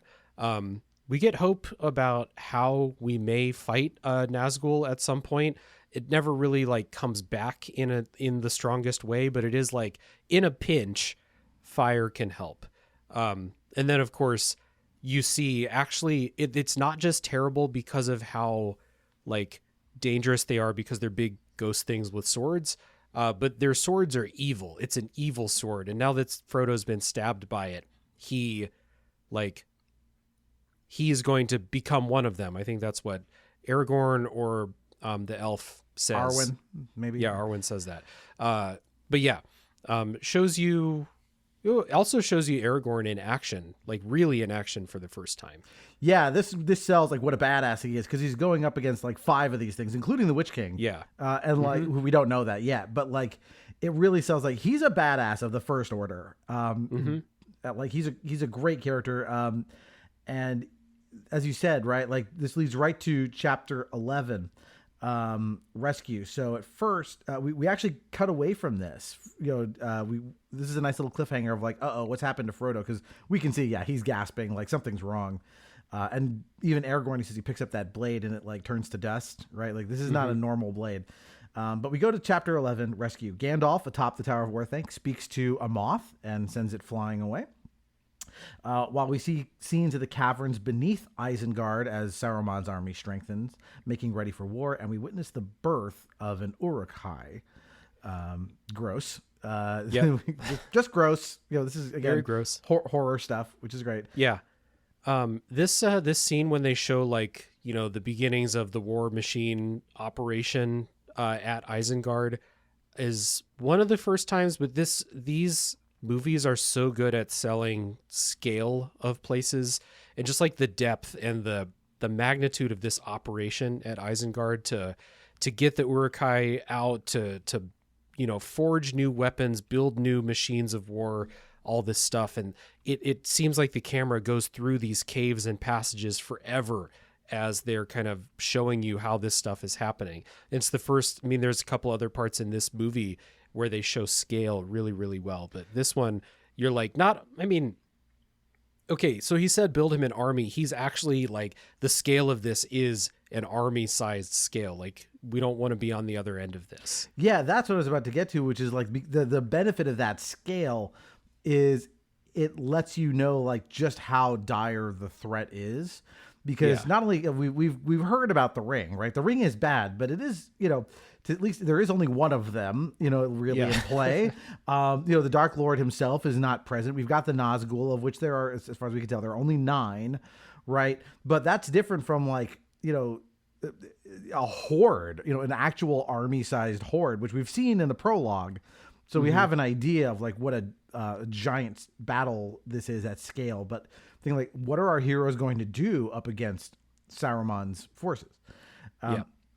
Which is interesting because they won't even really pay that off until Helm's Deep at the end of the second movie. But like, right, yeah, there's a bunch of things that like, they have a lot. There's a lot of fight scenes in Fellowship of the Ring, and a bunch of fight scenes where the heroes are like super outnumbered. But it's not this army all the time. Like, we'll get to it, but.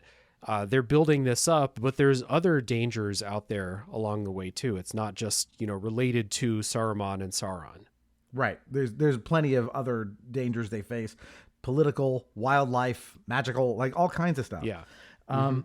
So this leads to the flight to the ford at the site of Bilbo's petrified trolls from The Hobbit. If people recognize that, or again, I think they call that out in the extended edition. Like, oh look, it's Bilbo's trolls, because he tells that story at the party. Strider brings help from Arwen, his girlfriend, who persuades Strider to let her flee with Frodo to the river Bruinen, where she summons magical water horses to wash them away. As she declares, if you want him, come and claim him. A moment that I think was in every trailer because it was fucking badass.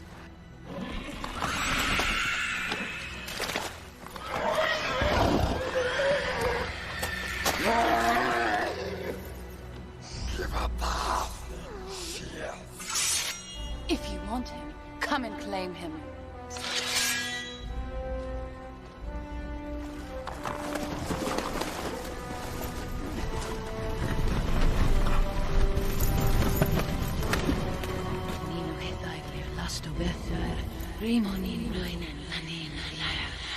Nino Hithaglia Lasto Bethar Rimonin Bruinan Danin Ulaya.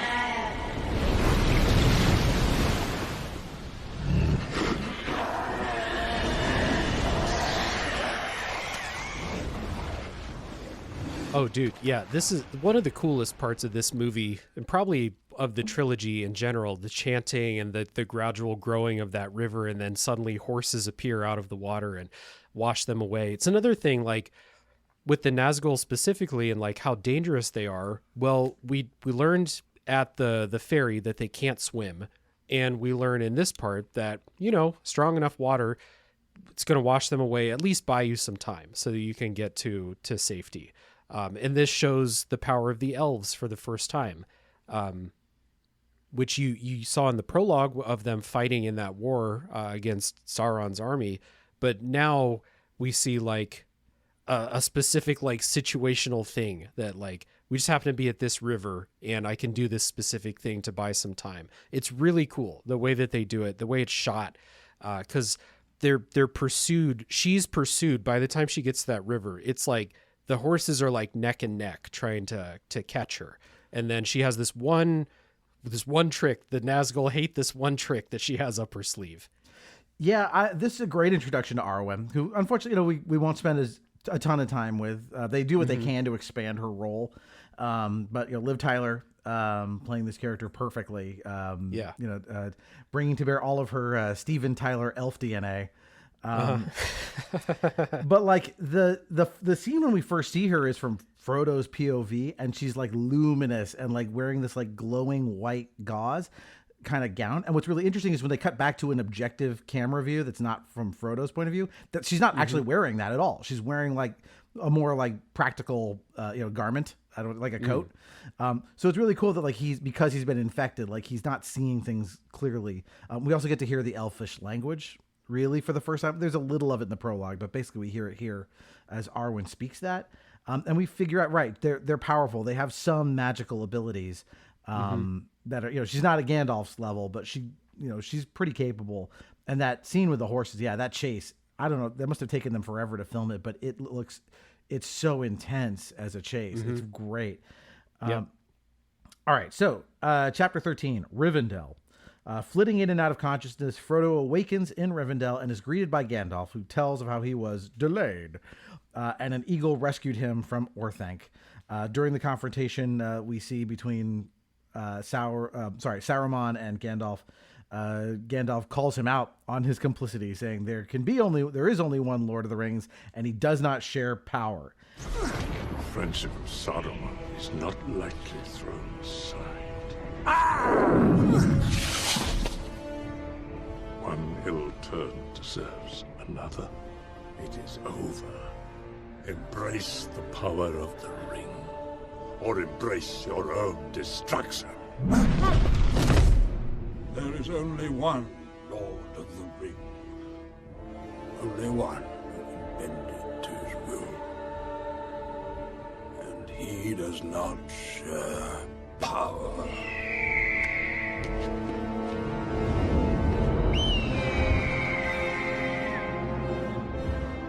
Sam comes into the room, and we find out that he and the other hobbits made it safely to Rivendell and have not left Frodo's side. Elrond welcomes Frodo to Rivendell, and the hobbits are reunited with them, along as with a now properly aged Bilbo. Bilbo shows Frodo his book, There and Back Again, that he's been working on. They fondly look at a map of the Shire, and they agree that Frodo is not his adventure that he wished he would have didn't turn out the way he hoped it would, and so now he and Sam and the other hobbits plan on returning to the Shire, having safely delivered the ring to Rivendell. Yeah. If their mission was to get the ring to capable hands, then they did that, and they can go home. Frodo had a near-death experience, and he's had his fill of adventuring. Even though I think at the beginning, maybe it's in the extended, but there's a bit of Frodo that like he's heard about Bilbo's adventures and he wants to see what that's all about. And Frodo's adventure, like Frodo fucked around and found out, like he found out that it's not all like fun stories and stuff. You almost died, my guy. So let's go back home. Let's enjoy Bag End, etc. This is I think the final part in the Fellowship of the Ring that scared me, and this is probably the scariest part. Are you talking about the Bilbo thing? That's later. Thing, yeah. I will get to it. Is it later? It's after the Council of Elrond. Yeah. Okay. After we'll as they're saying goodbye. Yeah. The jump scare. Right. Okay. Well, we'll save that then. Yeah. This part basically, like, we kind of get the feeling that like they've accomplished their goal, because there's something about the way that it's shot, the way that we see Elrond and how like Elrond kind of talks about how he was there at that battle, and you might even recognize him. I mean, he's a recognizable actor in the first place. You may already know him. Hugo Weaving. Yeah, after The Matrix, everybody knew who Hugo Weaving was. Exactly. Yeah. So you'll recognize that face. But like the way that they portray Rivendell is it's just such like a serene and beautiful and obviously magical and safe place where you're like, okay, well, my job here is done. The elves, like, y'all can surely handle this, but I'm sure we'll talk about, like, you may assume that the elves can take things from here, but that's not what they're planning either. No, and I love that. Yeah, as you said, like Bilbo has talked about Rivendell fondly. You know, he wants to see mountains and go to see the elves again. You know, this was one of his favorite stops along the quest from The Hobbit. We can see why. Yeah, no, it's gorgeous. Like I love the way it's like it's so autumnal, right? They layer in that theme, this autumnal thing that the elves are leaving Middle Earth for good, and like that's reflected in like literally like the leaves are turning orange and falling, but it's like embedded within the forest surrounding it. All of the look of these movies was based on the illustrations of Alan Lee and John Howe. Like I have my copy of the Lord of the Rings. I said I'm gonna buy a nice one. So it's this big tome, but it's illustrated, and the illustrations are all done by them. And so like when you see it, it's like I'm not sure if they were done before the movies. I suspect they were, because you can see like, oh, clearly they just went to the production team and said, see what he painted there, just make that. Because it's beautiful. Like this is the music here, the theme for the elves, this kind of choral thing that Howard Shore has written, like all of this, just extraordinary. In fact, it's probably like if I fell over backwards into money, these things are so fucking expensive, I don't want to buy one. But like that Lego set of Rivendell, if you've ever seen it, I haven't, but I can imagine it's like $600 or something for a Lego set, but like it looks magnificent as a Lego Rivendell. But yeah, you just alluded to the next chapter, which I've called Reservations. Because Elrond and Gandalf discuss Saruman's treachery, and Elrond is afraid, and notes that Frodo has been resilient to the ring, indicating what he thinks should happen. Elrond says the ring cannot stay in Rivendell. The elves are leaving Middle-earth. As he's talking about this, we see Boromir, Legolas, and Gimli arrive. We don't know who these characters are or why they're showing up at Rivendell. Gandalf says we should trust in men, but Elrond tells of how Isildur should have destroyed the ring and could not. He was there the day the strength of men failed. This peril belongs to all Middle-earth. They must decide now how to end it. The time of the elves is over. My people are leaving these shores. Who will you look to when we've gone? The dwarves? They hide in their mountains seeking riches. They care nothing for the troubles of others. It is in men that we must place our hope. Men? Men are weak. The race of men is failing. The blood of Numenor is all but spent. Its pride and dignity forgotten. It is because of men the ring survives. I was there, Gandalf. I was there 3,000 years ago.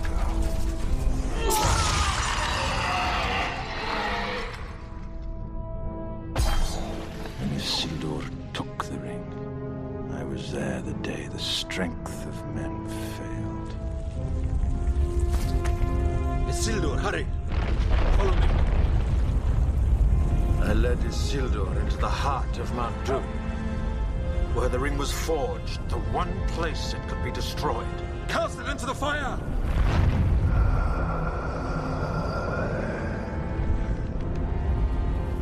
Destroy it! Isildur!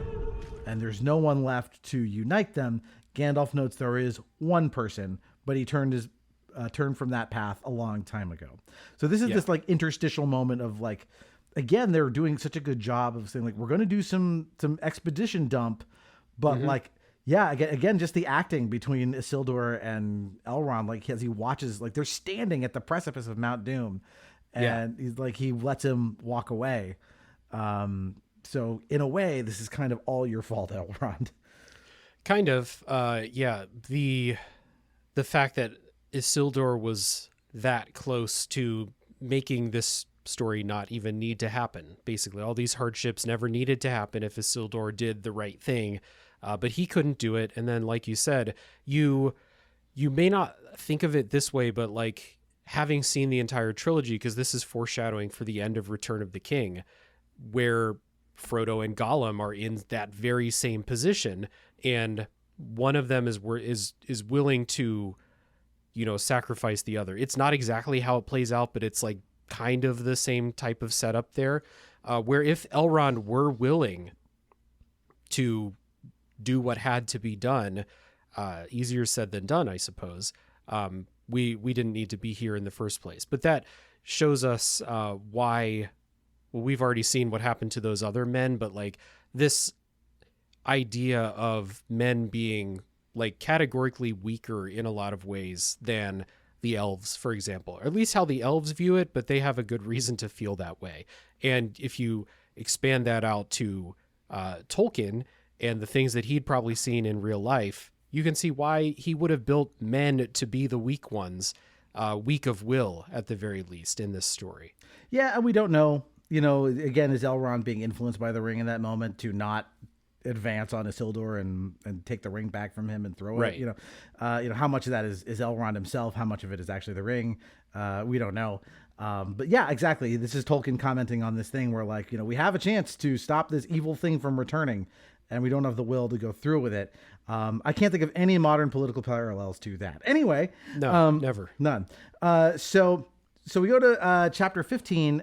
I've just called Aragorn and Arwen, because as soon as Gandalf says there's one person who could unite the humans, we cut to this shot of Aragorn. Boromir marvels at this mural of Sauron's defeat, and he checks out the shards of Narsil, the blade that cut the ring from Sauron's hand. He notes that it's still sharp, and he picks up the hilt, but he drops it on the ground and just leaves it and walks away. Aragorn picks it up, and Arwen appears and urges Aragorn to accept his destiny. Aragorn fears he has the same weakness as his ancestor Isildur. Why do you fear the past? You are Isildur's heir, not Isildur himself. You are not bound to his fate. The same blood flows in my veins. Same weakness. Your time will come. You will face the same evil, and you will defeat it.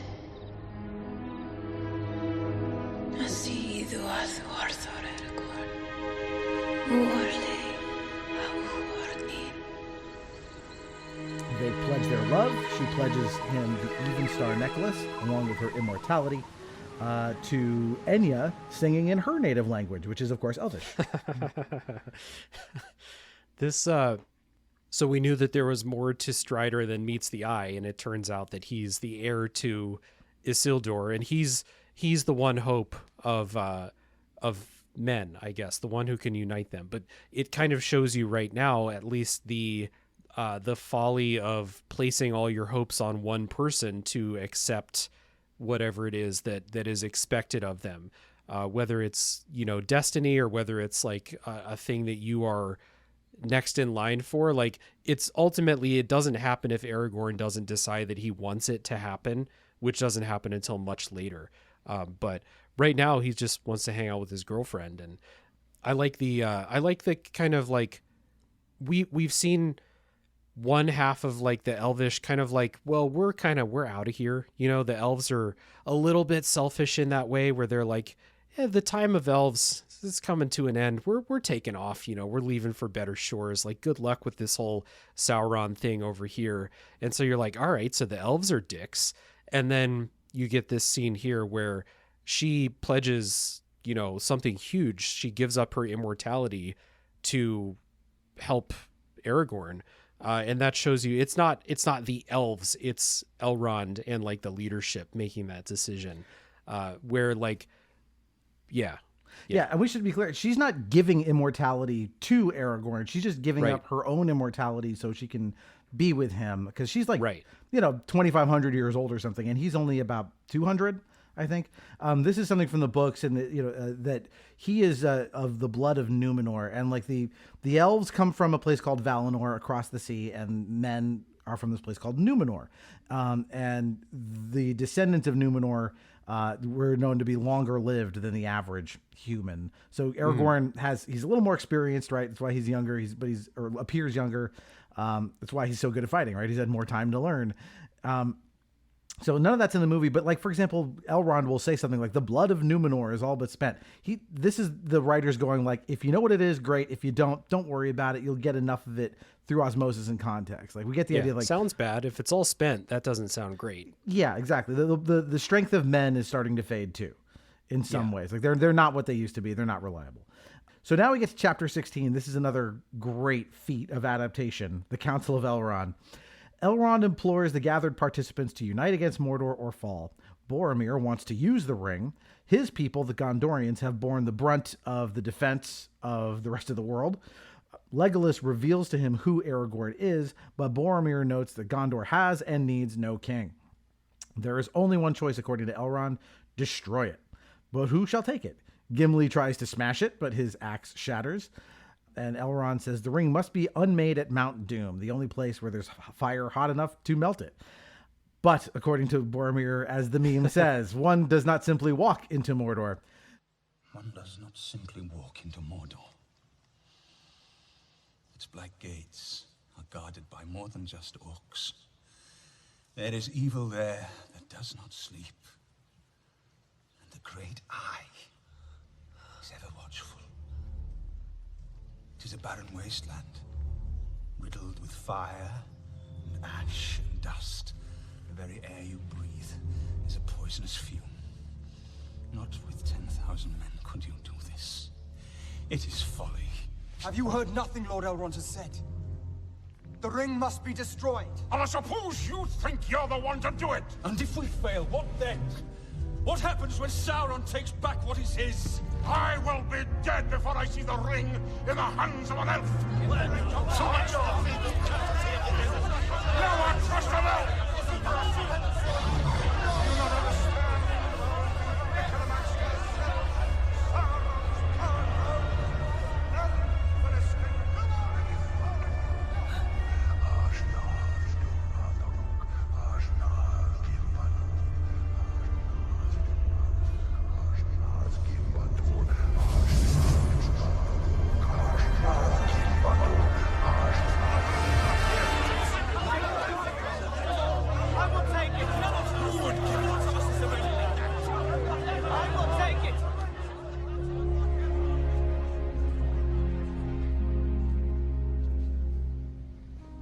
I will take the ring to Mordor.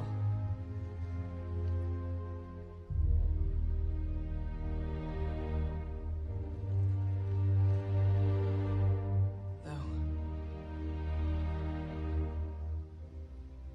I do not know the way. Fighting erupts directly or indirectly because of the ring.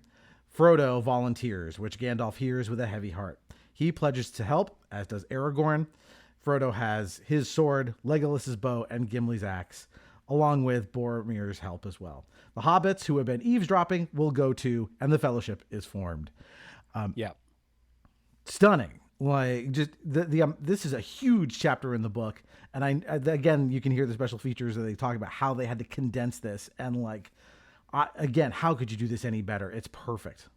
Mm-hmm. It sets up a lot of ways how, you have this collection of heroes that are going to become the Fellowship, but they're a very imperfect collection of heroes too. I mean, half of them don't like each other just based on where they come from. I mean, Gimli hates the elves. The elves don't trust the dwarves. Nobody feels like they can trust men. Boromir sounds like bad news right from the beginning because he's already falling into the trap of the idea that, no, I can use this ring. Like, rest in peace to all the men that came before me, but I'm different. I can use the ring. So we have that. We already know that Gandalf can't take it. Elrond is like, y'all need to go destroy this, but like I said, me and my friends, we're leaving. We're going to a better place. Good luck with all this. And so the way that it like erupts into fighting and people not trusting each other right away. I mean, it really helps with like the journey that the Fellowship goes on and some of the character development, even within this story in particular. But what I really love about this scene, and I didn't really pick up on it probably the first 10 times I watched it, but now that I've seen it, I'm not shocked by events of the plot anymore. And I'm just kind of watching and paying attention to smaller things. The look on Gandalf's face as he's arguing with someone and he hears out of the corner of like his periphery, Frodo say, I'll take the ring. And the look on his face where he's like, oh no, like not this, like we have to find a better way than this. But like his heart kind of sinks because he probably knows that Frodo is actually probably the best one to do it. He just didn't want Frodo to know that maybe, or at least volunteer for it. That sinking look on his face. It's great. Yeah. Oh yeah. His heart's broken, like, because he knows like how dangerous this is. Right. But he also is like, he's right. Like the ring has been sitting on this little pedestal for all of 10 minutes or less. And like already everybody's at each other's throats. Yeah. You know, so Gandalf understands like, yeah, like Gimli, you know, on his own is probably not the person to take the ring. Neither is Legolas. Neither is, you know, Boromir. Again, they're already layering in like Boromir is, I won't say he's untrustworthy, but like he's a potential liability. Yeah. Right. All of that. And again, like you're getting in the conflicts between the races and like that. One of the scariest things about the ring is the way it turns your friends and allies into people you don't recognize or can't trust anymore, which means like you can't trust anybody. And we'll see that play out over the rest of the movie. And yeah, that triumphant moment where like, it's like Frodo does again, like I have to, I must do this, right? This is if no one else will do it, I will. I'll do the right thing. Yeah. But I can't do it alone. I can't do it alone. You know, and they still manage to get some comic relief here with Merry and Pippin as they come in and they're like, we'll do it. You know, whatever. Where are we going? Yeah, exactly. Yeah. All that stuff is good. We should mention, Merry is Dominic Monaghan, who most people knew better from like Lost. They really got to know him from that. And Billy Boyd, this is still probably his biggest thing. He was recently on a season of, what was it, Fargo or something not that long ago. Great, cute little Scottish brogue for him. And so, yeah, the 9 are formed. And of course, the fun fact everyone knows is that these 9 guys went out and got matching tattoos of the Elvish word for 9. You know, they meant it. So, chapter 17, the Fellowship goes forth. Bilbo gives Frodo his mithril armor and his sword Sting. He sees the ring again and lunges for it in that jump scare we'll talk about a little bit more when I'm done with this. But then he cries for the burden he has passed on to his nephew. My old sword, Sting. Here, take it.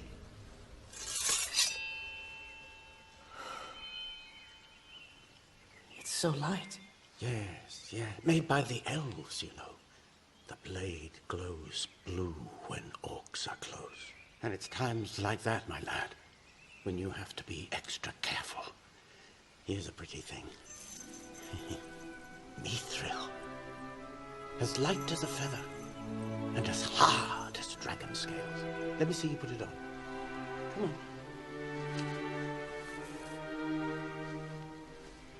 on. Oh. My old ring.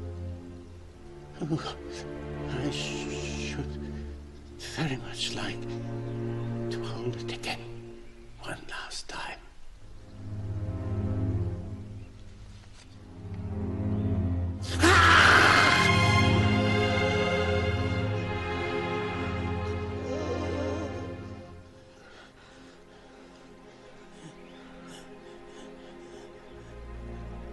I'm sorry I brought this upon you, my boy. I'm sorry that you must carry this burden. I'm sorry for everything. Then the 9 depart Rivendell and trek across Middle-earth to some of the most badass score you've ever heard. Boromir teaches the hobbits sword fighting, while Gimli tries to persuade Gandalf to go through Moria. Gandalf considers that a last resort.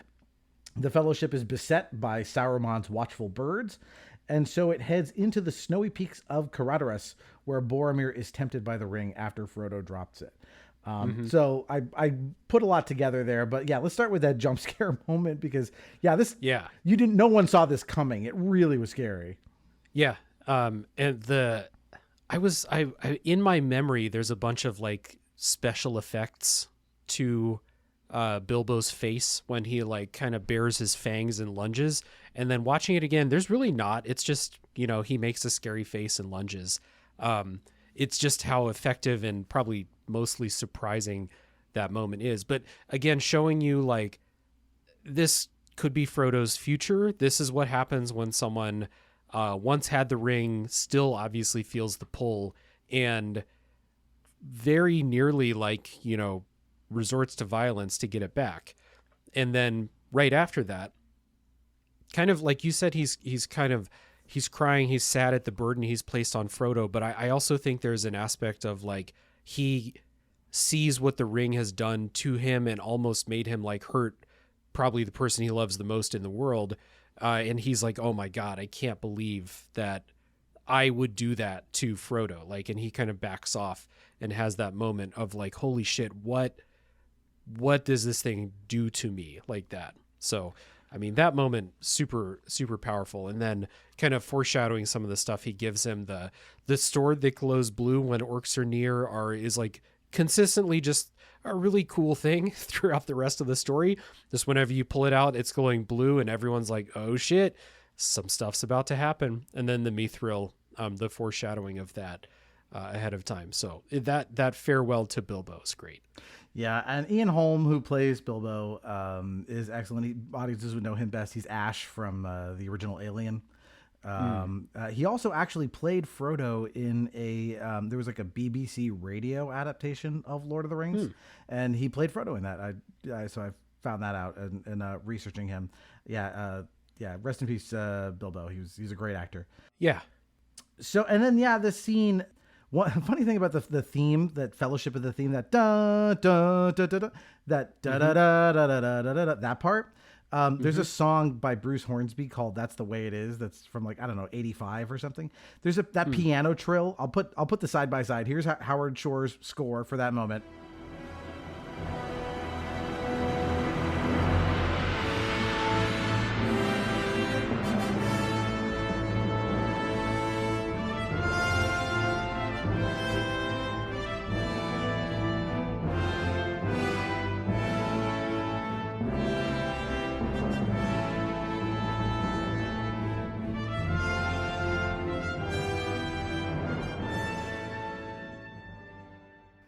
And now here's a bit of Bruce Hornsby's "The Way It Is."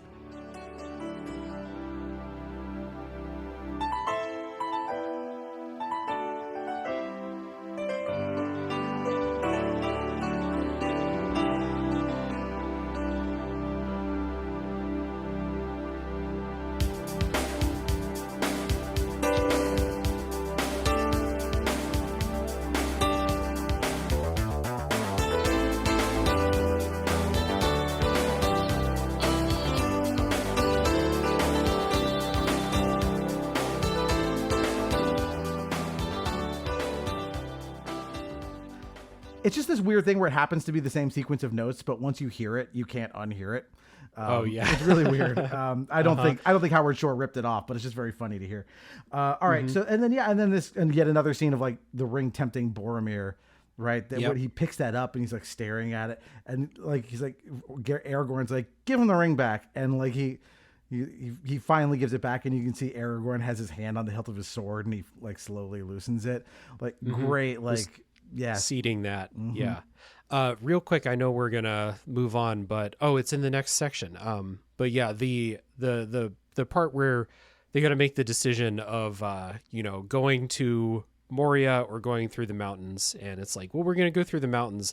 They mentioned Moria. They wouldn't mention it if it wasn't gonna be a big thing at this, unless it was just an Easter egg for huge Tolkien heads. But and then going into the next section where we see why they have to go to Moria in the first place. I just love, like, the next section begins with Saruman kind of like sending snowstorms and sending lightning to, have, ice chunks and shit fall off the mountain at them.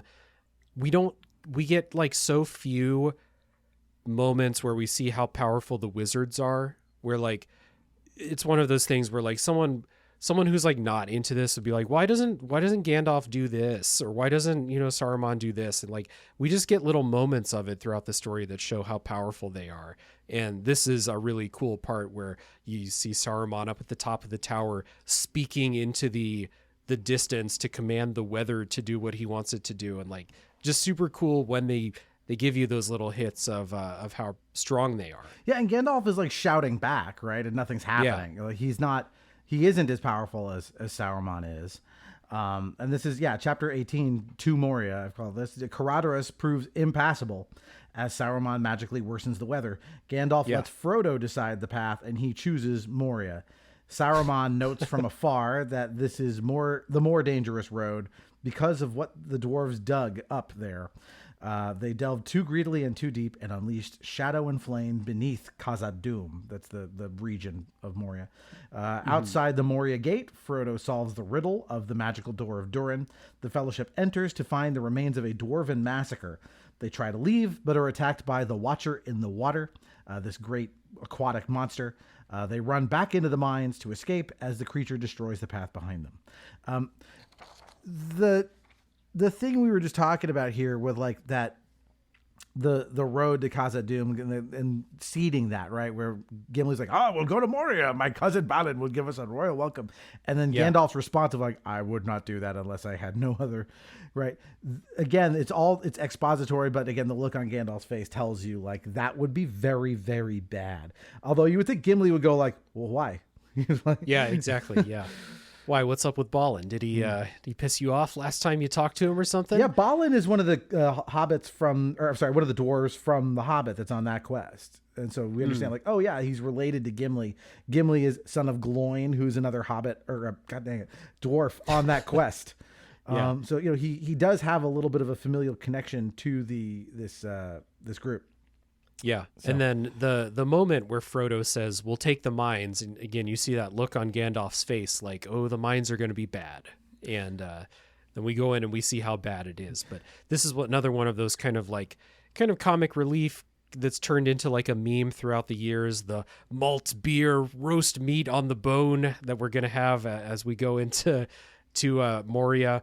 And then, everyone's dead. And a little bit of exposition about the dwarves and like what do they do in this world, because we don't know anything really about dwarves until this. I think Boromir has one line about the dwarves, sitting on their mountains of gold or whatever, and not getting into the affairs of anybody else because that's all they care about.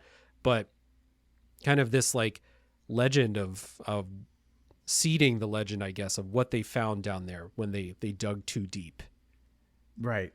And this moment here, again, like, I love that they show that, like, here's a riddle that Gandalf can't solve. Legolas, who's elfish, doesn't solve the riddle in Elvish, right? It's Frodo who comes in. His Uncle Bilbo famously did a whole lot of riddling in his story. So it's a nice little moment. And as we now go into the Mines of Moria. So chapter 98, Gollum and Gandalf's Council. The Fellowship stops as Gandalf considers the way forward. Frodo notices Gollum is tailing them. After saying Bilbo should have killed him, but did not due to pity, Gandalf counsels Frodo on the virtues of pity. Frodo bemoans his fate, but Gandalf tells him he can only choose what to do with the time that is given to him. It's a pity Bilbo didn't kill him when he had the chance. Pity? It was pity that stayed Bilbo's hand. Many that live deserve death, and some that die deserve life. Can you give it to them, Frodo? Do not be too eager to deal out death and judgment. Even the very wise can assume ends. My heart tells me that Gollum has some part to play yet, for good or ill, before this is over. The pity of Bilbo may rule the fate of men.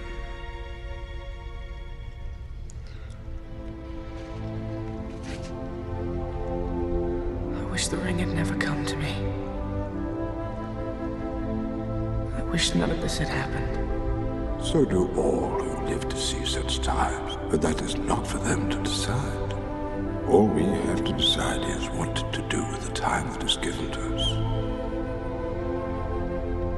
There are other forces at work in this world, Frodo, besides the will of evil. Bilbo was meant to find the ring, in which case you also were meant to have it.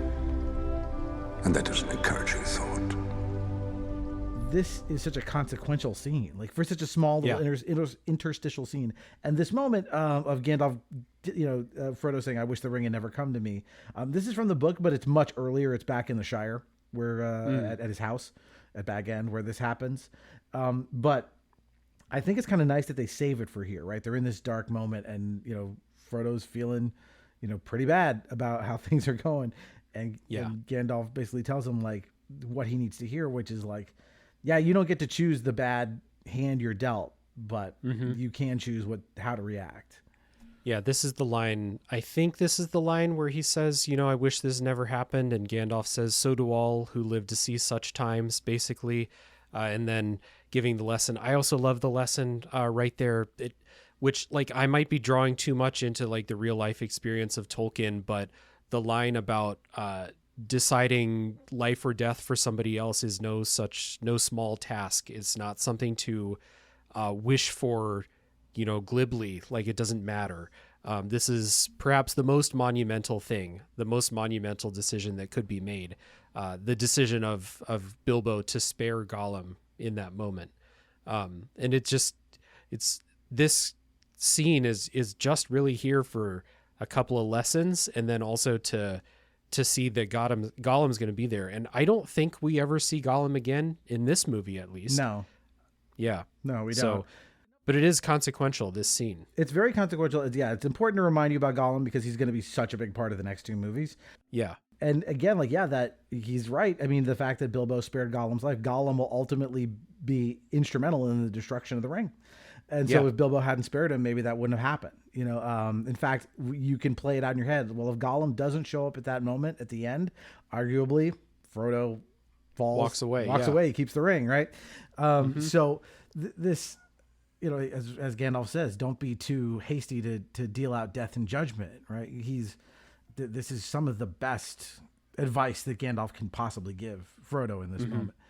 But this leads to chapter 20, Shadow and Flame. Dwarodelf, that's the dwarven city here inside of Moria, is spectacular. Gimli scale again. Yes, crazy scale. Gimli finds Balin's tomb and a journal from the dwarves about their downfall.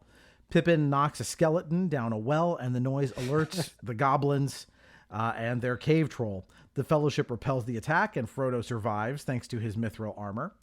The Fellowship flees to the bridge of Khazad-dûm, where they are pursued and confronted by the Balrog. Gandalf will not let him pass and destroys the bridge, plunging the beast into the abyss, but it lashes Gandalf's ankle and pulls him down too. You cannot pass! Gandalf!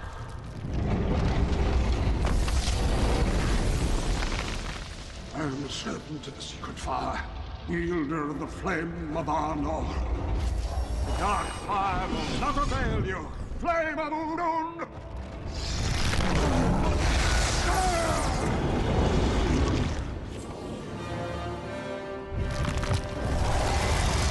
Go back to the shadow.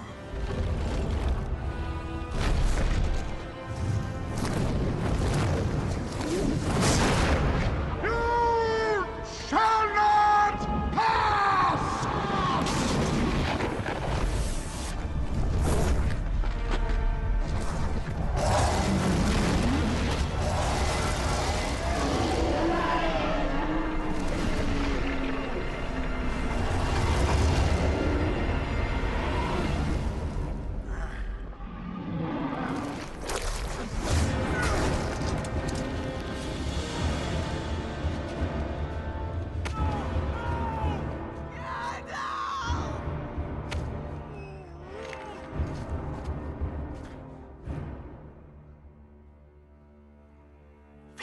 Fools.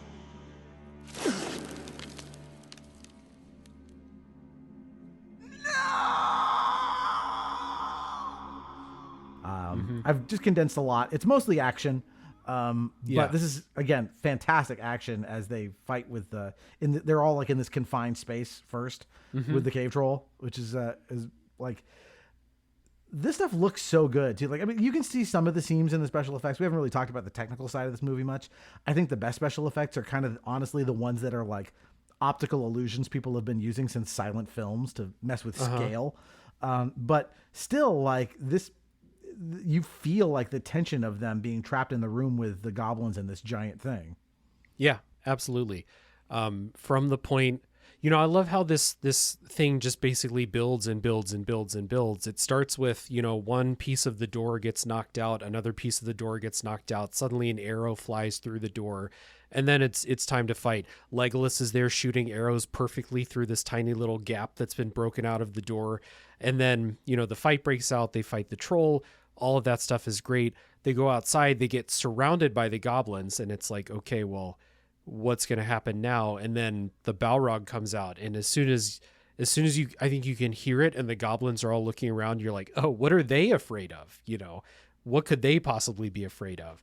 And then another one of those things that comes out, the Balrog comes out, it feels like, what is this thing? How does it fit in this universe? And that's just a lack of experience with Tolkien's world speaking there, because if I remember right, the Balrog is the same type of thing as Gandalf.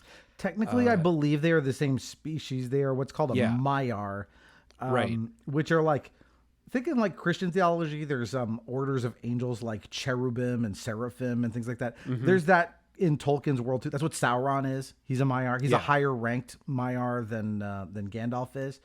And these things are like leftover. So Sauron canonically is actually the second Dark Lord of Middle Earth. He was lieutenant. Yeah. He was a lieutenant under the previous Dark Lord who was defeated and then went off and kind of became his own thing. And these things, Balrogs, were also under I think it was Melkor or something like that. Who was the first Dark Lord. So I forget why they take on this appearance instead of looking like, more humanoid. Again, this is where my Tolkien knowledge like falls down because I'm just not an expert on this stuff. But it kind of doesn't matter because it's what it kind of signals like to the audience is like, yeah, there's all kinds of unimaginable horrors in this universe. Yeah, right. That like you don't need to know what it is. It's like, oh fuck, there's shit like this too. Yeah, because it's huge. It's dinosaur sized. And it might have been, locked away forever had the dwarves not dug, one day too many and unearthed it and set it free. And so now, like, we have the famous scene, maybe the most famous scene from any of the movies, the "You Shall Not Pass" scene, which again, Ian McKellen just commanding, like, that voice, special effects or whatever's being used, but that commanding voice saying, I wield the wielder of the flame of Anor, I think he says, blocks the fire sword with this shield spell that he throws up. And then the "You Shall Not Pass" gives me chills. Just thinking about it right now, I have chills thinking about that scene because of the delivery of that line. He crushes that scene. And then, just when you thought that they won, Gandalf, but arguably the most indispensable member of the Fellowship other than Frodo himself, maybe, Gandalf is the one that gets pulled down. And like, just losing Gandalf throws the whole thing into chaos. Like, that's, now that you've seen what Gandalf is capable of, now that you know that they're missing that safety net is completely gone now. It's huge. And I think it's like, if there was going to be a choice here, we got to remove somebody from the Fellowship. And maybe it's a hero's journey thing, right? Like removing the mentor from the equation so that the hero has to push on and develop on their own a little bit. Gandalf has to be the one to go for all of those reasons, but it's crushing when it happens. I think I cried in the theater when it happened because you can see it on everyone else's faces. Everyone's like devastated by this. Yeah. Yeah, I mean, and again, I had not read the books either at this point, so I did not know Gandalf was coming back until they started kind of teasing out. Right. Showing images of him in Two Towers as Gandalf the White. Yeah. But like, this is one of those moments, right, where they want to demonstrate how powerful he is. Like it's just him. He's going toe to toe with this, as he says, this foe is beyond any of you, but not him. He's he's powerful Right. enough. Like he can, but for a bit of bad luck here, he would have walked away, and won this battle against. He didn't even kill it here. Like later we'll see, he does actually slay it, in Two Towers. So like he is an incredible badass. And what I love is that he seems, again, they play with it sometimes. Oh, he's unassuming, right? He's this little old man. Like he just looks like a little old man. He is not. Yeah. Right. But it's the cadence at which they show you what Gandalf can do lets this moment hit really hard, because at the beginning it's like the smallest possible thing, right? Blowing a smoke sailboat or having magic fireworks. Like that's, it's a neat cute. party trick. Yeah. And then later on, like a little bit, he's combating Saruman. He can fight with the staff. He loses though. And then, he tries to combat the weather that Saruman is doing. He loses there too. So you're like, okay, Gandalf, we're learning more and more about what he can do, but like, what's the upper limit of what Gandalf can do? And then finally we get to see, maybe it's not the upper limit, but it's like, this is like real power right here that Gandalf has. Yeah. We'll see him do more as Gandalf the White. And it's not clear if maybe he's gotten a little bit of an upgrade, when he's been brought back. But yeah, this is, again, this confrontation, again, as you said, it's all in the performance though. Forget all the special effects. Like the best special effect is just Ian McKellen's acting in that moment. Yeah, it's great. All right, chapter 21. Oh, we actually skipped is the famous moment when there's that crack in the stairs that they have to jump over, and then this is all just improvised kind of as they wrote, because in the script they said the script just says they run down the stairs, and then when they saw the design, the stairs had this little crack in it, and they just gave them this idea of like, well, what if we like exploited that into a set piece? Yeah, and what if we lean forward and we can steer this thing a little bit. Gimli jumps and they grab his beard and he yells, not the beard. Nobody tosses a dwarf. Yeah. By the way, this is John Rhys Davies, who best known outside of this, of course, he's Sala in the Indiana Jones movies. You said you watched Raiders recently, so he's his ally there in Egypt with the Fez. Still didn't recognize him. So well, no, because he doesn't look, he's not wearing a dwarf outfit. He's just dressed like himself. But like his voice though, that that like very like jocular voice, like he's awesome. Yeah. So yeah, two of my favorite characters of all time this guy plays. And actually he's another character we'll meet in the next movie. He's Treebeard as well. He's the voice for Treebeard. Okay. Yeah. So this leads to chapter 21, Lothlorien. The Fellowship flees and briefly grieves Gandalf before being captured by Haldir and the Lothlorien elves. Galadriel sizes them up, including Boromir's unease and Sam's stalwart heart. Boromir confesses Galadriel's insight about him to Aragorn. He admits that the Gondorians are losing faith. Aragorn is hesitant to discuss returning there himself, even if as a hero. After some respite, Galadriel tempts Frodo to give her the ring. She shows him visions in a mirror, including the Shire scoured, hobbits enslaved, and the Eye of Sauron itself. Galadriel warns he will try to take the ring, not explicitly saying who he is, but we know, and therefore the Fellowship is already breaking. Frodo is willing to give her the ring, and she nearly loses herself to it, but she finds the will to resist, barely. This task was appointed to him alone, and no one else can do it. Frodo knows what he must do, and she comforts him by saying even the smallest person can change the course of the future. If you ask it of me, I will give you the One Ring. You offer it to me freely.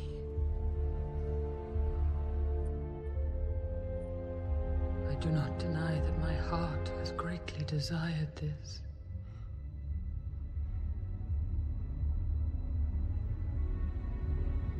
In place of a dark lord, you would have a queen! Not dark, but beautiful and terrible as the dawn! Treacherous as the sea! Stronger than the foundations of the earth! All shall love me and despair!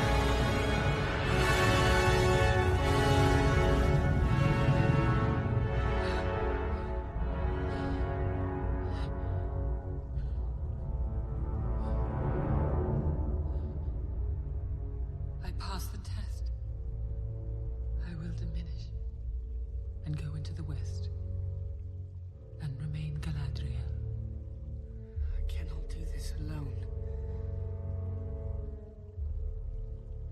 You are a ring bearer, Frodo. To bear a ring of power is to be alone. I love that quote at the end. There's a lot of... There's just, to me, a sneaky number, and for people who maybe paid closer attention, I guess I'll say. Maybe it's not sneaky for them. But a sneaky number of things that like you can take into the real world with you, or just like help to understand the real world a little bit better. And this last lesson is a big thing. I mean, like, it doesn't have to be you doing the real world equivalent of throwing the ring in the volcano, but you can make an impact no matter how small you think you are in the grand scheme of things. It's a real lesson to learn. And it's a hard lesson to like be convinced of, I guess, depending on how you feel about world events. I know it can be pretty demoralizing, but like that's one of the powers of this story, and the movies in particular. I think they do an amazing job of this, is really distilling like wisdom about situations like this that feel hopeless. Like we talked about that, I think, at the very beginning, but this is one of those for sure.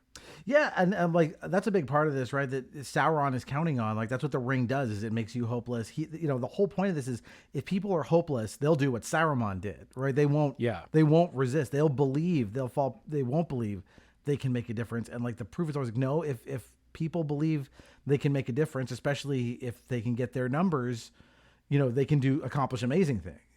Mm-hmm. But it's so hard to get people over the inertia of like believing they can't. And like that's paired perfectly here, right? Because we see Frodo go through that, whereas Aragorn is like, Boromir's talking to him a bit about, have you ever even been to Gondor? This place you're supposed to be the king of, right? You should be.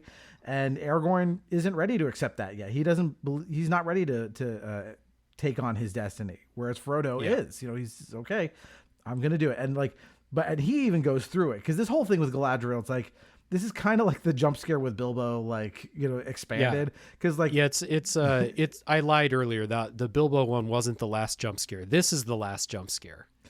Yeah, this is terrifying watching Cate Blanchett, because like, once again, like it's this thing of like, in theory, we're supposed to be in a sanctuary, right? We got away from the goblins and the Balrog, and now we're at another elf city, which this kind of like a Endor looking thing in the trees. That's again, beautiful, but this is more scary and menacing than Rivendell is. That's aided by the score again, right? The score here is like minor chords that are kind of like strings that put you at ill at ease. Like they really do that. Like the way Galadriel reads minds, like it's not friendly. She is sizing everybody up, and like Boromir is like terrified because she sees what's going on inside him. But I love that I really noticed at this time that she's like, hope remains while the fellowship is true, and it's Sam. Because he is the heart of the whole thing, and it's his strength that will ultimately save the entire quest. Yeah, true. But yeah, showing that not only is this like place that we assume to be safe, like, I don't know, if you just saw what happened in Rivendell and just assumed that, oh, well, all the elves are magically protected from all this stuff. Nope, that's not how it works. Danger is everywhere now. There are no safe places really anymore. And then the fellowship, the breaking of the fellowship, I guess, started when Gandalf fell, but now it's really starting because like stuff is going to start happening again and again. And when you say that Frodo now knows what he must do, I wasn't sure like what that meant. At the time, it's foreshadowing something that happens a couple chapters that we've broken up later on. But Frodo knowing what he must do has a lot more depth to it than just, he redoubles his efforts to take it to Mount Doom.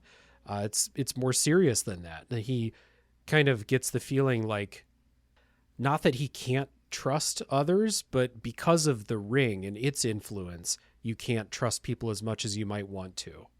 Right. That's what we'll understand. What he's talking about here is that he's going to have to go it alone, because the ring is going to, as you said, ruin all of his companions.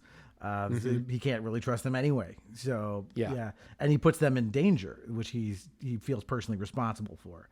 Well, this leads to chapter 22, Gifts and the River. Saruman tells the Uruk-hai how the orcs were at one point ruined elves. The Uruks are readied and loosed with instructions to bring the hobbits to him alive because of what one of them carries.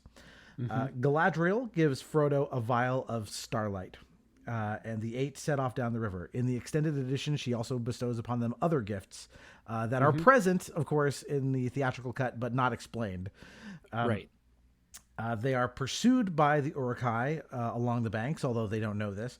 They pass the Argonath, these giant iconic statues, and stop along the riverbank near the Falls of Rauros, where Gimli recounts the obstacles before them that they will have to do before even reaching Mordor.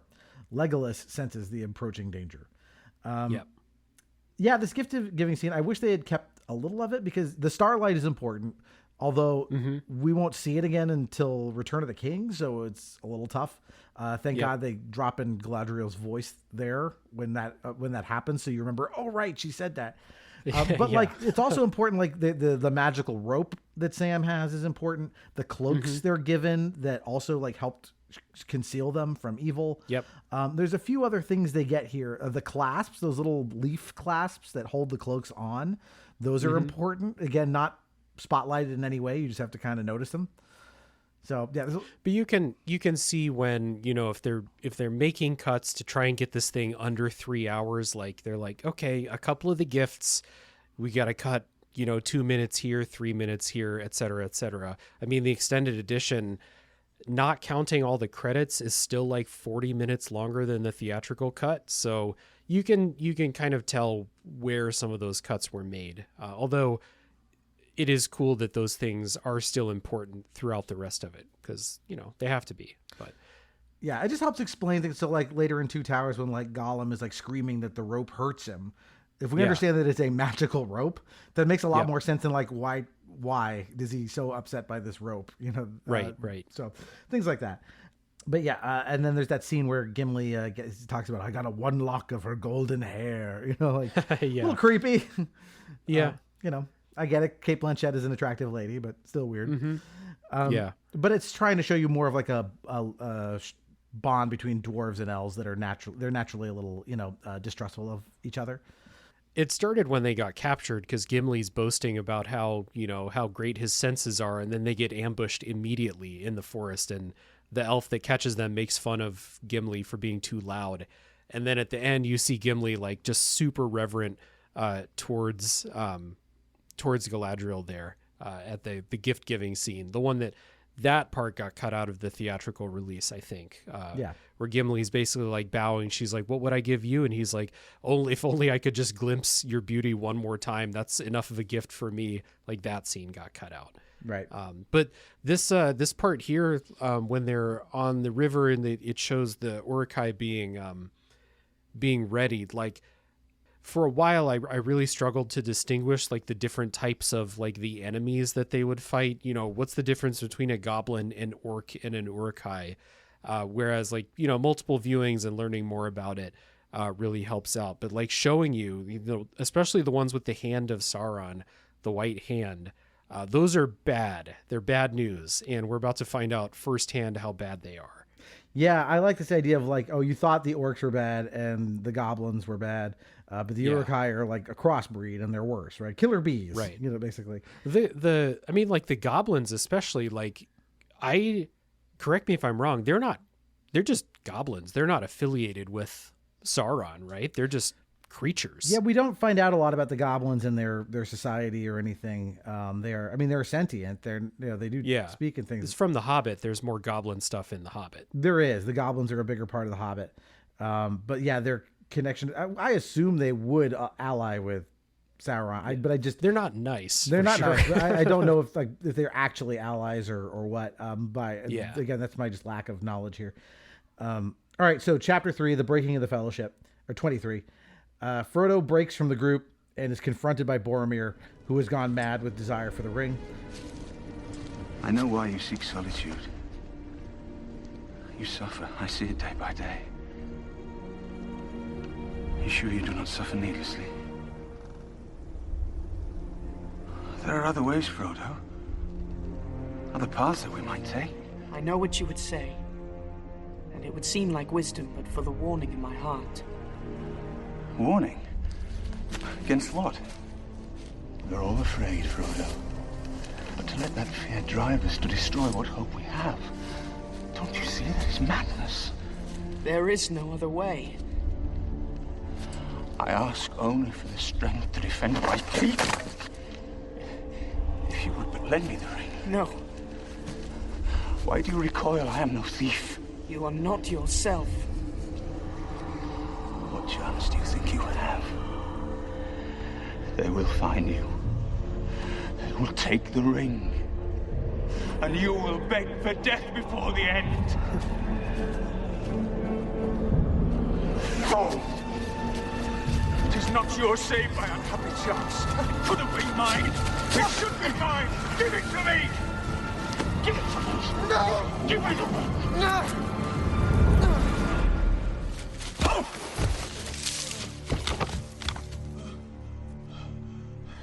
I see your mind. You will take the ring to Sauron! You will betray us! You go to your death, and the death of us all! Curse you! Curse you! And all our place!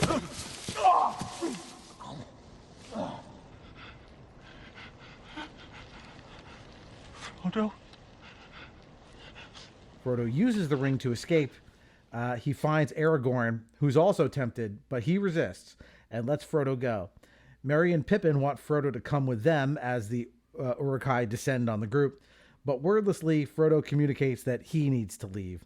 Merry and Pippin bravely distract the Uruks into following them, and in the fray, Boromir makes a redemptive last stand to protect Merry and Pippin, but after several large arrows, he is downed and they are captured. Those arrows are large too. Like, like there's one shot of Boromir. I think it's when he's like laying on the ground that shows like they're like at least an inch in like diameter. Like they're big fucking arrows that take him out. They're like the length of your femur. Like they're huge. Yeah. Yeah. And thick too. Like they're insane. So anyway, that part where Boromir tries to take the ring, and Frodo has to use it to escape. I love the little, like, Boromir's like scrambling on the ground looking for him, and Frodo just kicks him in the head one time before he runs away. Like just a little, like, he probably didn't have to do that, but just a little, hey, fuck you. And then he's out. But that scene, where Boromir dies, the like the redemption in him kind of, partly admitting, but also swearing like loyalty and like, you know, what's the word? Like fealty? Kind of like admitting that Aragorn does deserve this respect now that he's kind of seen and learned more about him. Cause he's pretty like standoffish with Aragorn a little bit earlier in the story for good reason too. It's like, you're this guy who's supposed to be our king. Where the fuck are you? Like, we need help in Gondor. Gondor is like just consistently, like he says, on the front. Gondor is right next to Mordor, so it's like they're the front line, and that's not something you would know from just this movie alone, unless you really like, okay, he says they're on the front. Why? What does that mean? Anyway, this moment where he admits that Gondor needs you. You're my king. I recognize you as such, as he's dying and trying to redeem himself in any way that he can, because he feels really bad for what he did. And it's the latest in a long string of people who are not acting in their right mind when the ring is involved, you know, like Bilbo too. I think that once that temptation is out of like right in front of them, or once they snap back to it, they're like, oh my God, what have I done? I can't believe I tried to take the ring from him. Yeah. I mean, that whole moment of Boromir going after the ring, right? You know, he says something like, you have what should have been mine, save but for unhappy chance. Like these kinds of, like, you know, I deserve this. It's a little bit of, again, shades like, if I'm angry, it's your fault. These kind of like narcissistic thoughts that accompany the ring, right? Like, it's mine. I deserve it. It's my precious, you know, watching him go through that and then understanding like it isn't him. It's not because there's something like fundamentally wrong with Boromir that the ring is able to do this to him, because it affects everybody. Yeah, we've seen it. Yeah. Like 5 to 10 people now have all gone through this exact same thing. Right. You know, even though this one, it seems to have affected him a little worse than some of the others, right? Legolas hasn't made a play for it, you know? Right. You know, so there are degrees of susceptibility. And yeah. And I think part of it too is like Boromir wants it. And that's like one of the first like chips in the defenses against it is if you like truly want the ring, then the ring's going to fuck you up even faster, even harder. And that's why it could, but even if Boromir has noble intentions for using it, if he wants to use it to fight against the forces of Mordor, that really doesn't make a difference in how the ring affects you. I think that's right. I think if you track through the story, like who actually wants the ring versus who's like, well, I should take it, right? Like Gandalf, for example, he's like, well, I know what I need to do with this, but he doesn't actively like desire the ring. Right. Neither did Bilbo, really. He just kind of found it. Right. Or Galadriel, right? But like, Boromir, Smeagol, as we'll see later, right? Like if you're like actively like, oh, I want that, like it's going to seize on that. Yeah. And then, this redemption moment, like it's so great. One, it's redemptive for Merry and Pippin because once again, like they're the comic relief, they're the doofuses, but they're like, no, we're going to go stand up against this army of terrifying Uruk-hai and we're going to lead them away from you because again, we're ride or die. Even if we're the comic relief, we're ride or die. And so they do this incredibly brave thing. Boromir, he doesn't go to rescue Frodo. Like he finds them and he's like, I still got to protect you guys. Even though you're the dumb comic relief characters, you're part of the fellowship and I have to, it's my duty. And like that moment hits very hard where like, this is the first crack in Aragorn's armor of him kind of understanding, like, I guess I really do have to be the king. Yeah. So, all right. So this leads to chapter 24, the end. After Aragorn defeats the Orc commander in an incredible one-on-one sequence. Yeah, it's awesome. It's awesome. He's a badass. A dying Boromir confesses his errors to Aragorn, whom he acknowledges as the true king of Gondor. They took the little ones. He's down. Frodo. Where is Frodo? I let Frodo go. Then you did what I could not. I tried to take the ring from him. The ring is beyond our reach now. Forgive me. I did not see. I have failed you all. No, Boromir. You fought bravely. You have kept your honor. Leave it. It is over. The world of men will fall. And all will come to darkness. And my city to ruin.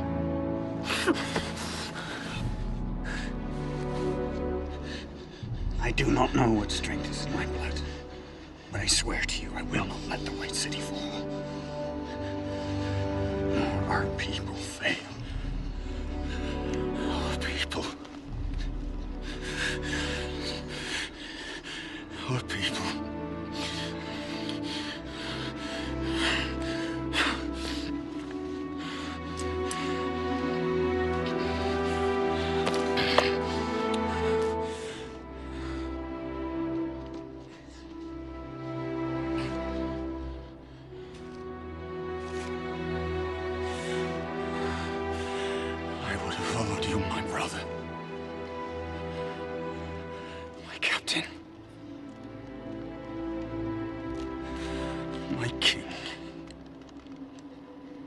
Frodo decides to go it alone, but Sam nearly drowns trying to come with him. Frodo saves Sam and recognizes nothing will deter Sam from protecting him. After sending Boromir's body down the river, Aragorn agrees with Gimli and Legolas that they must rescue Merry and Pippin and set off after the Uruks. Meanwhile, Frodo and Sam set off towards Emyn Muil together. This moment here with like, I love the moment of just Frodo standing on the shore with Gandalf's words ringing in his ears, like, you got to do what you got to do. This is it. But then also, like, it's interesting. He, after all of this and his huge decision to go it alone, he's like, I am going to take Sam with me. And it's like, granted, like, I guess Sam trying to drown himself just to get to Frodo. That obviously goes a long way, but he could have still like dropped him off at any point, and like he doesn't. Like he's like, he understands that somehow he will need Sam to withstand the ring because Sam is special.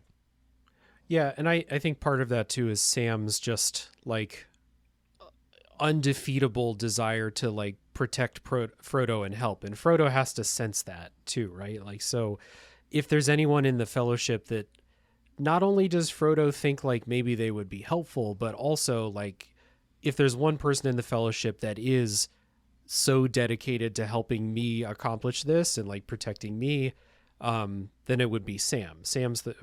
Right from the beginning of the story, like Sam got pressed into going with Frodo by Gandalf because he knew too much. Like if Sam hadn't been eavesdropping in the first place, Gandalf wouldn't have forced him to go. But the fact that Sam was there eavesdropping because he cares about Frodo, that all the way down into this, like he has that line, right? He says, "I'm taking it alone." And Sam goes, "Of course you are. And I'm coming with you." You know, you're not going to convince Sam that he should not go. You're never going to convince him to not come along. So I think Frodo just recognizes like, you can't stop this guy. And it would be nice to have someone else. Yeah. And there's a moment with Gandalf we didn't mention in that pivotal scene there in the mines where there's all this stuff about like fate, right? The forces of darkness are conspiring around the ring to help it succeed. But Gandalf also says, but also the forces of good are conspiring as well. Like, you know, if Bilbo was meant to have the ring, therefore you're meant to have it, right? There is also a series of dominoes that are being pushed by the other side, including Sam being there, right? And this, like, it's interesting. We get so much more of their quote unquote fellowship in the next two movies. Like Sam doesn't have a ton to do in this particular movie. But you know, I keep saying, like, he's the MVP of the story. He's the best character. And it starts really here. This is where we first start to see, like, you know, Sam comes into his own, not just as like, oh, he's his buddy, but like Sam is his backbone, basically, that will support him through everything. And so like the fellowship, quote unquote, breaks in that these, you know, 9 people are now separated and one of them is dead. As far as we know, 2 of them are dead. But like their bond actually remains. Like, you know, again, the other 3 are like, we're not going to abandon Merry and Pippin to death and torment. We're going to go save them. And I love the, like, Gimli's like, what are we waiting for? Like, adventure, you know, like there's still time for that. Like the joy of like fun fantasy adventure, even against the backdrop as, like, again, this movie literally ends with Sam and Frodo walking off towards the scariest landscape you've ever seen. Frodo's fate is no longer in our hands. Then it has all been in vain. The Fellowship has failed.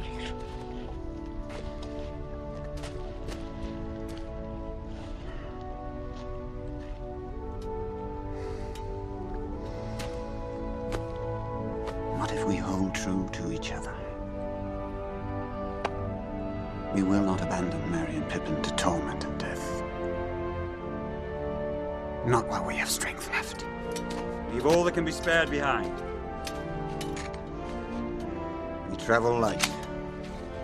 Let us handsome walk.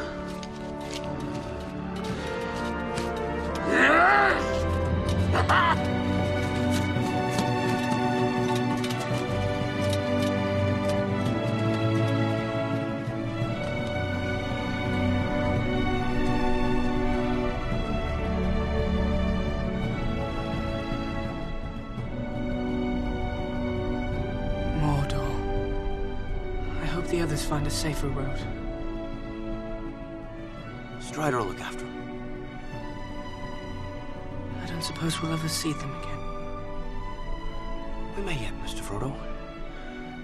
We may. Sam. I'm glad you're with me. Yeah, and it also shows, you know, a great degree of wisdom on Aragorn's part to let Frodo go by himself. To maybe, I mean, who knows what he's thinking at that time, if he actually thinks like, yeah, he actually can do it by himself. But the wisdom to know that, like, I've now been slightly tempted by the ring 2 times. I can't help him in this particular way that we first set out to help him in this way. And I'm not going to be able to do that because the ring is too strong. And we just saw what it did to Boromir. And so we have to make this tough but wise choice to let him go and help in another way, help in other ways that we can. And that bears out throughout the rest of the story, especially in Return of the King, when they do everything they possibly can to buy time for Frodo.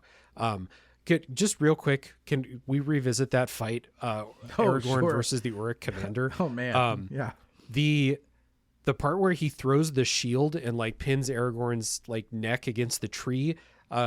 Amazing thing. And like that scramble to get the shield out to duck.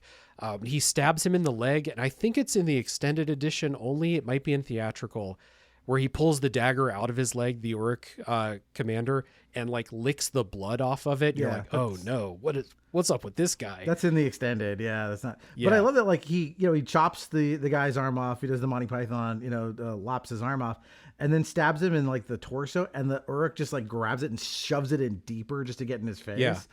Before Aragorn lops his head off. It's a great duel, and it's great because you need some sort of a climax, and like it's the end of the first third of the story. There isn't a huge combat climax really. Here they really kind of engineer this from the books pretty well to get to like what feels like this very satisfying climax, and then this like denouement of like more adventure awaits, but also much more danger. They really do that well. The story really leaves off on like a super uncertain and kind of like somewhat down note because the Fellowship's been broken up. Boromir died. Gandalf, like you said, he might be dead. I didn't know that he would be coming back. And so it's really leaving off on like everyone's limping into the next part of the story, like wounded, basically. The Fellowship is split up. People are captured. Things are pretty bad. But there is that drive, like you said, Gimli, well, what are we waiting for to kind of propel us into the next one? And I think that these movies came out like 1 year after another, apart. Right? Mm-hmm. Yeah. So it wasn't like that long of a wait, but still a year to wait for the next one to find out what was happening. Because I didn't watch this movie and go read the books to find out what happens. I sure as hell didn't do that. So waiting to find out where this went. It's interesting just to think about how this leaves off, like not on a cliffhanger per se, but still so many different interesting storylines that we've now opened up following different characters in different ways. Yeah, especially when the books are, famously this was written as one book. It wasn't meant to be 3 books. The publisher said split it into 3. And so it was, split into these 3. And even then the movie adaptations don't strictly follow exactly where the books begin and end. They change a lot, especially for books 2 and 3 to try and make the chronology work a little better cinematically. And so, again, like they had to sort of engineer the climax of this, but it feels like you can't wait for the next part of it. And you've got all these great emotions of like, yes, there is going to be more fun and adventure and also, more sadness and, dark times ahead. Like it's pitch perfect ending for this. So, I was watching this movie now that we're through like the plot kind of thing. And I sat down, I watched all 3 hours and 49 minutes or whatever of the extended edition yesterday. And I was just like, this is perfect. Like there is not a single scene in this movie where I'm like, all right, time to look away, time to go make a sandwich, time to let the dog outside, and I'll leave the movie playing and I'll come back when the good part starts. Like it is just, and even for some of my favorite movies, like some of the old Star Wars movies, like there's scenes that I can skip, but I didn't really feel that even with 3 hours and 30 minutes or whatever of the actual movie that's there. Even in the extended edition where the things that they add in are like extra conversations, like they didn't cut action scenes out of the theatrical cut of the movie. They added in, they cut out little parts of conversations and extra stuff like that. But it just really is like a perfect movie. And I can only imagine, I kind of like wish I would have had the context of someone who read the books year after year after year and then like seeing the adaptation. And there's probably parts where they're like, I wish they would have left this in, or I wish they would have did this the way that I had it in my head when I was reading. But I really just like, these are staggering movies. And this first one arguably has like the least action in it. But it does such an amazing job of giving you some of that, but really setting up the story for all the people like me who I would have been 13 when this came out, going to see it in the theater with absolutely no idea what this was, and just completely like blew me away, captured my heart. It's just a great movie. Yeah, I mean, this is a movie that you can tell that everyone involved with the project loved every second of working on it, and they loved, this movie loves its audience. Like you feel that, like as you watch, like this was made for me. Like this was, there's so much care put into every moment, every image, every note of the score, every acting choice, especially knowing that the production stuff of like they had to ADR so much of the movie. Afterwards, like the fact that it all comes together as beautifully as it does, like this is why it's my favorite movie. Like this is so special. These kinds of movies at this level don't come around very often, and especially with the pressure of like having to nail this beloved story. This is the Lord of the Rings is the most widely read book in the world, other than the Bible. It's a tall order to fill, but yeah. I mean, how many other adaptations even came close to succeeding the way that Lord of the Rings succeeded? Like I really think like, this could be like an entire different podcast discussion, but like imagine if they were going to do this project right now with all the expectations that are out there for entertainment that didn't exist in 1999 or 2000 or whenever they started production on this.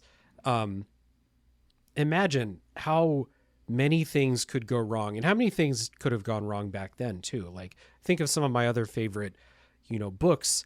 The Dark Tower adaptations have been like just doomed forever. Like they're never going to figure it out. Like it sometimes the quality of the source material doesn't matter. Like this quality of the source material doesn't guarantee that the adaptation is going to be good at all, like not in the slightest. Nope. And so when you think about it that way, and you think about like as a kid, like I will probably never watch these movies again, but the Harry Potter movies were probably the closest thing of like adapting the thing that I liked on the book to adapting a thing on the screen. Probably just like the first 3 of those movies, to be honest. But how many others were just bad because of all the things that could have gone wrong throughout the process? And even like we said at the beginning, the source material, the Lord of the Rings books, are not the easiest things to adapt. Certainly could have been easier, but the achievement here is just staggering. Yeah. Well, I think that's a great place to leave off here before we head into the Two Towers next week. So Dave, tell the good folks in internet world about the podcast you do, because they are great and should be listened to. Thank you. Yeah. So I normally don't talk about movies much. I am a video games podcaster first and foremost. My show is called Tales from the Backlog, where every episode is one specific game, kind of in depth. We have a long critical discussion about that game with no spoilers for a while, so anyone can listen to any episode of my show and just jump out when we warn you that spoilers are coming.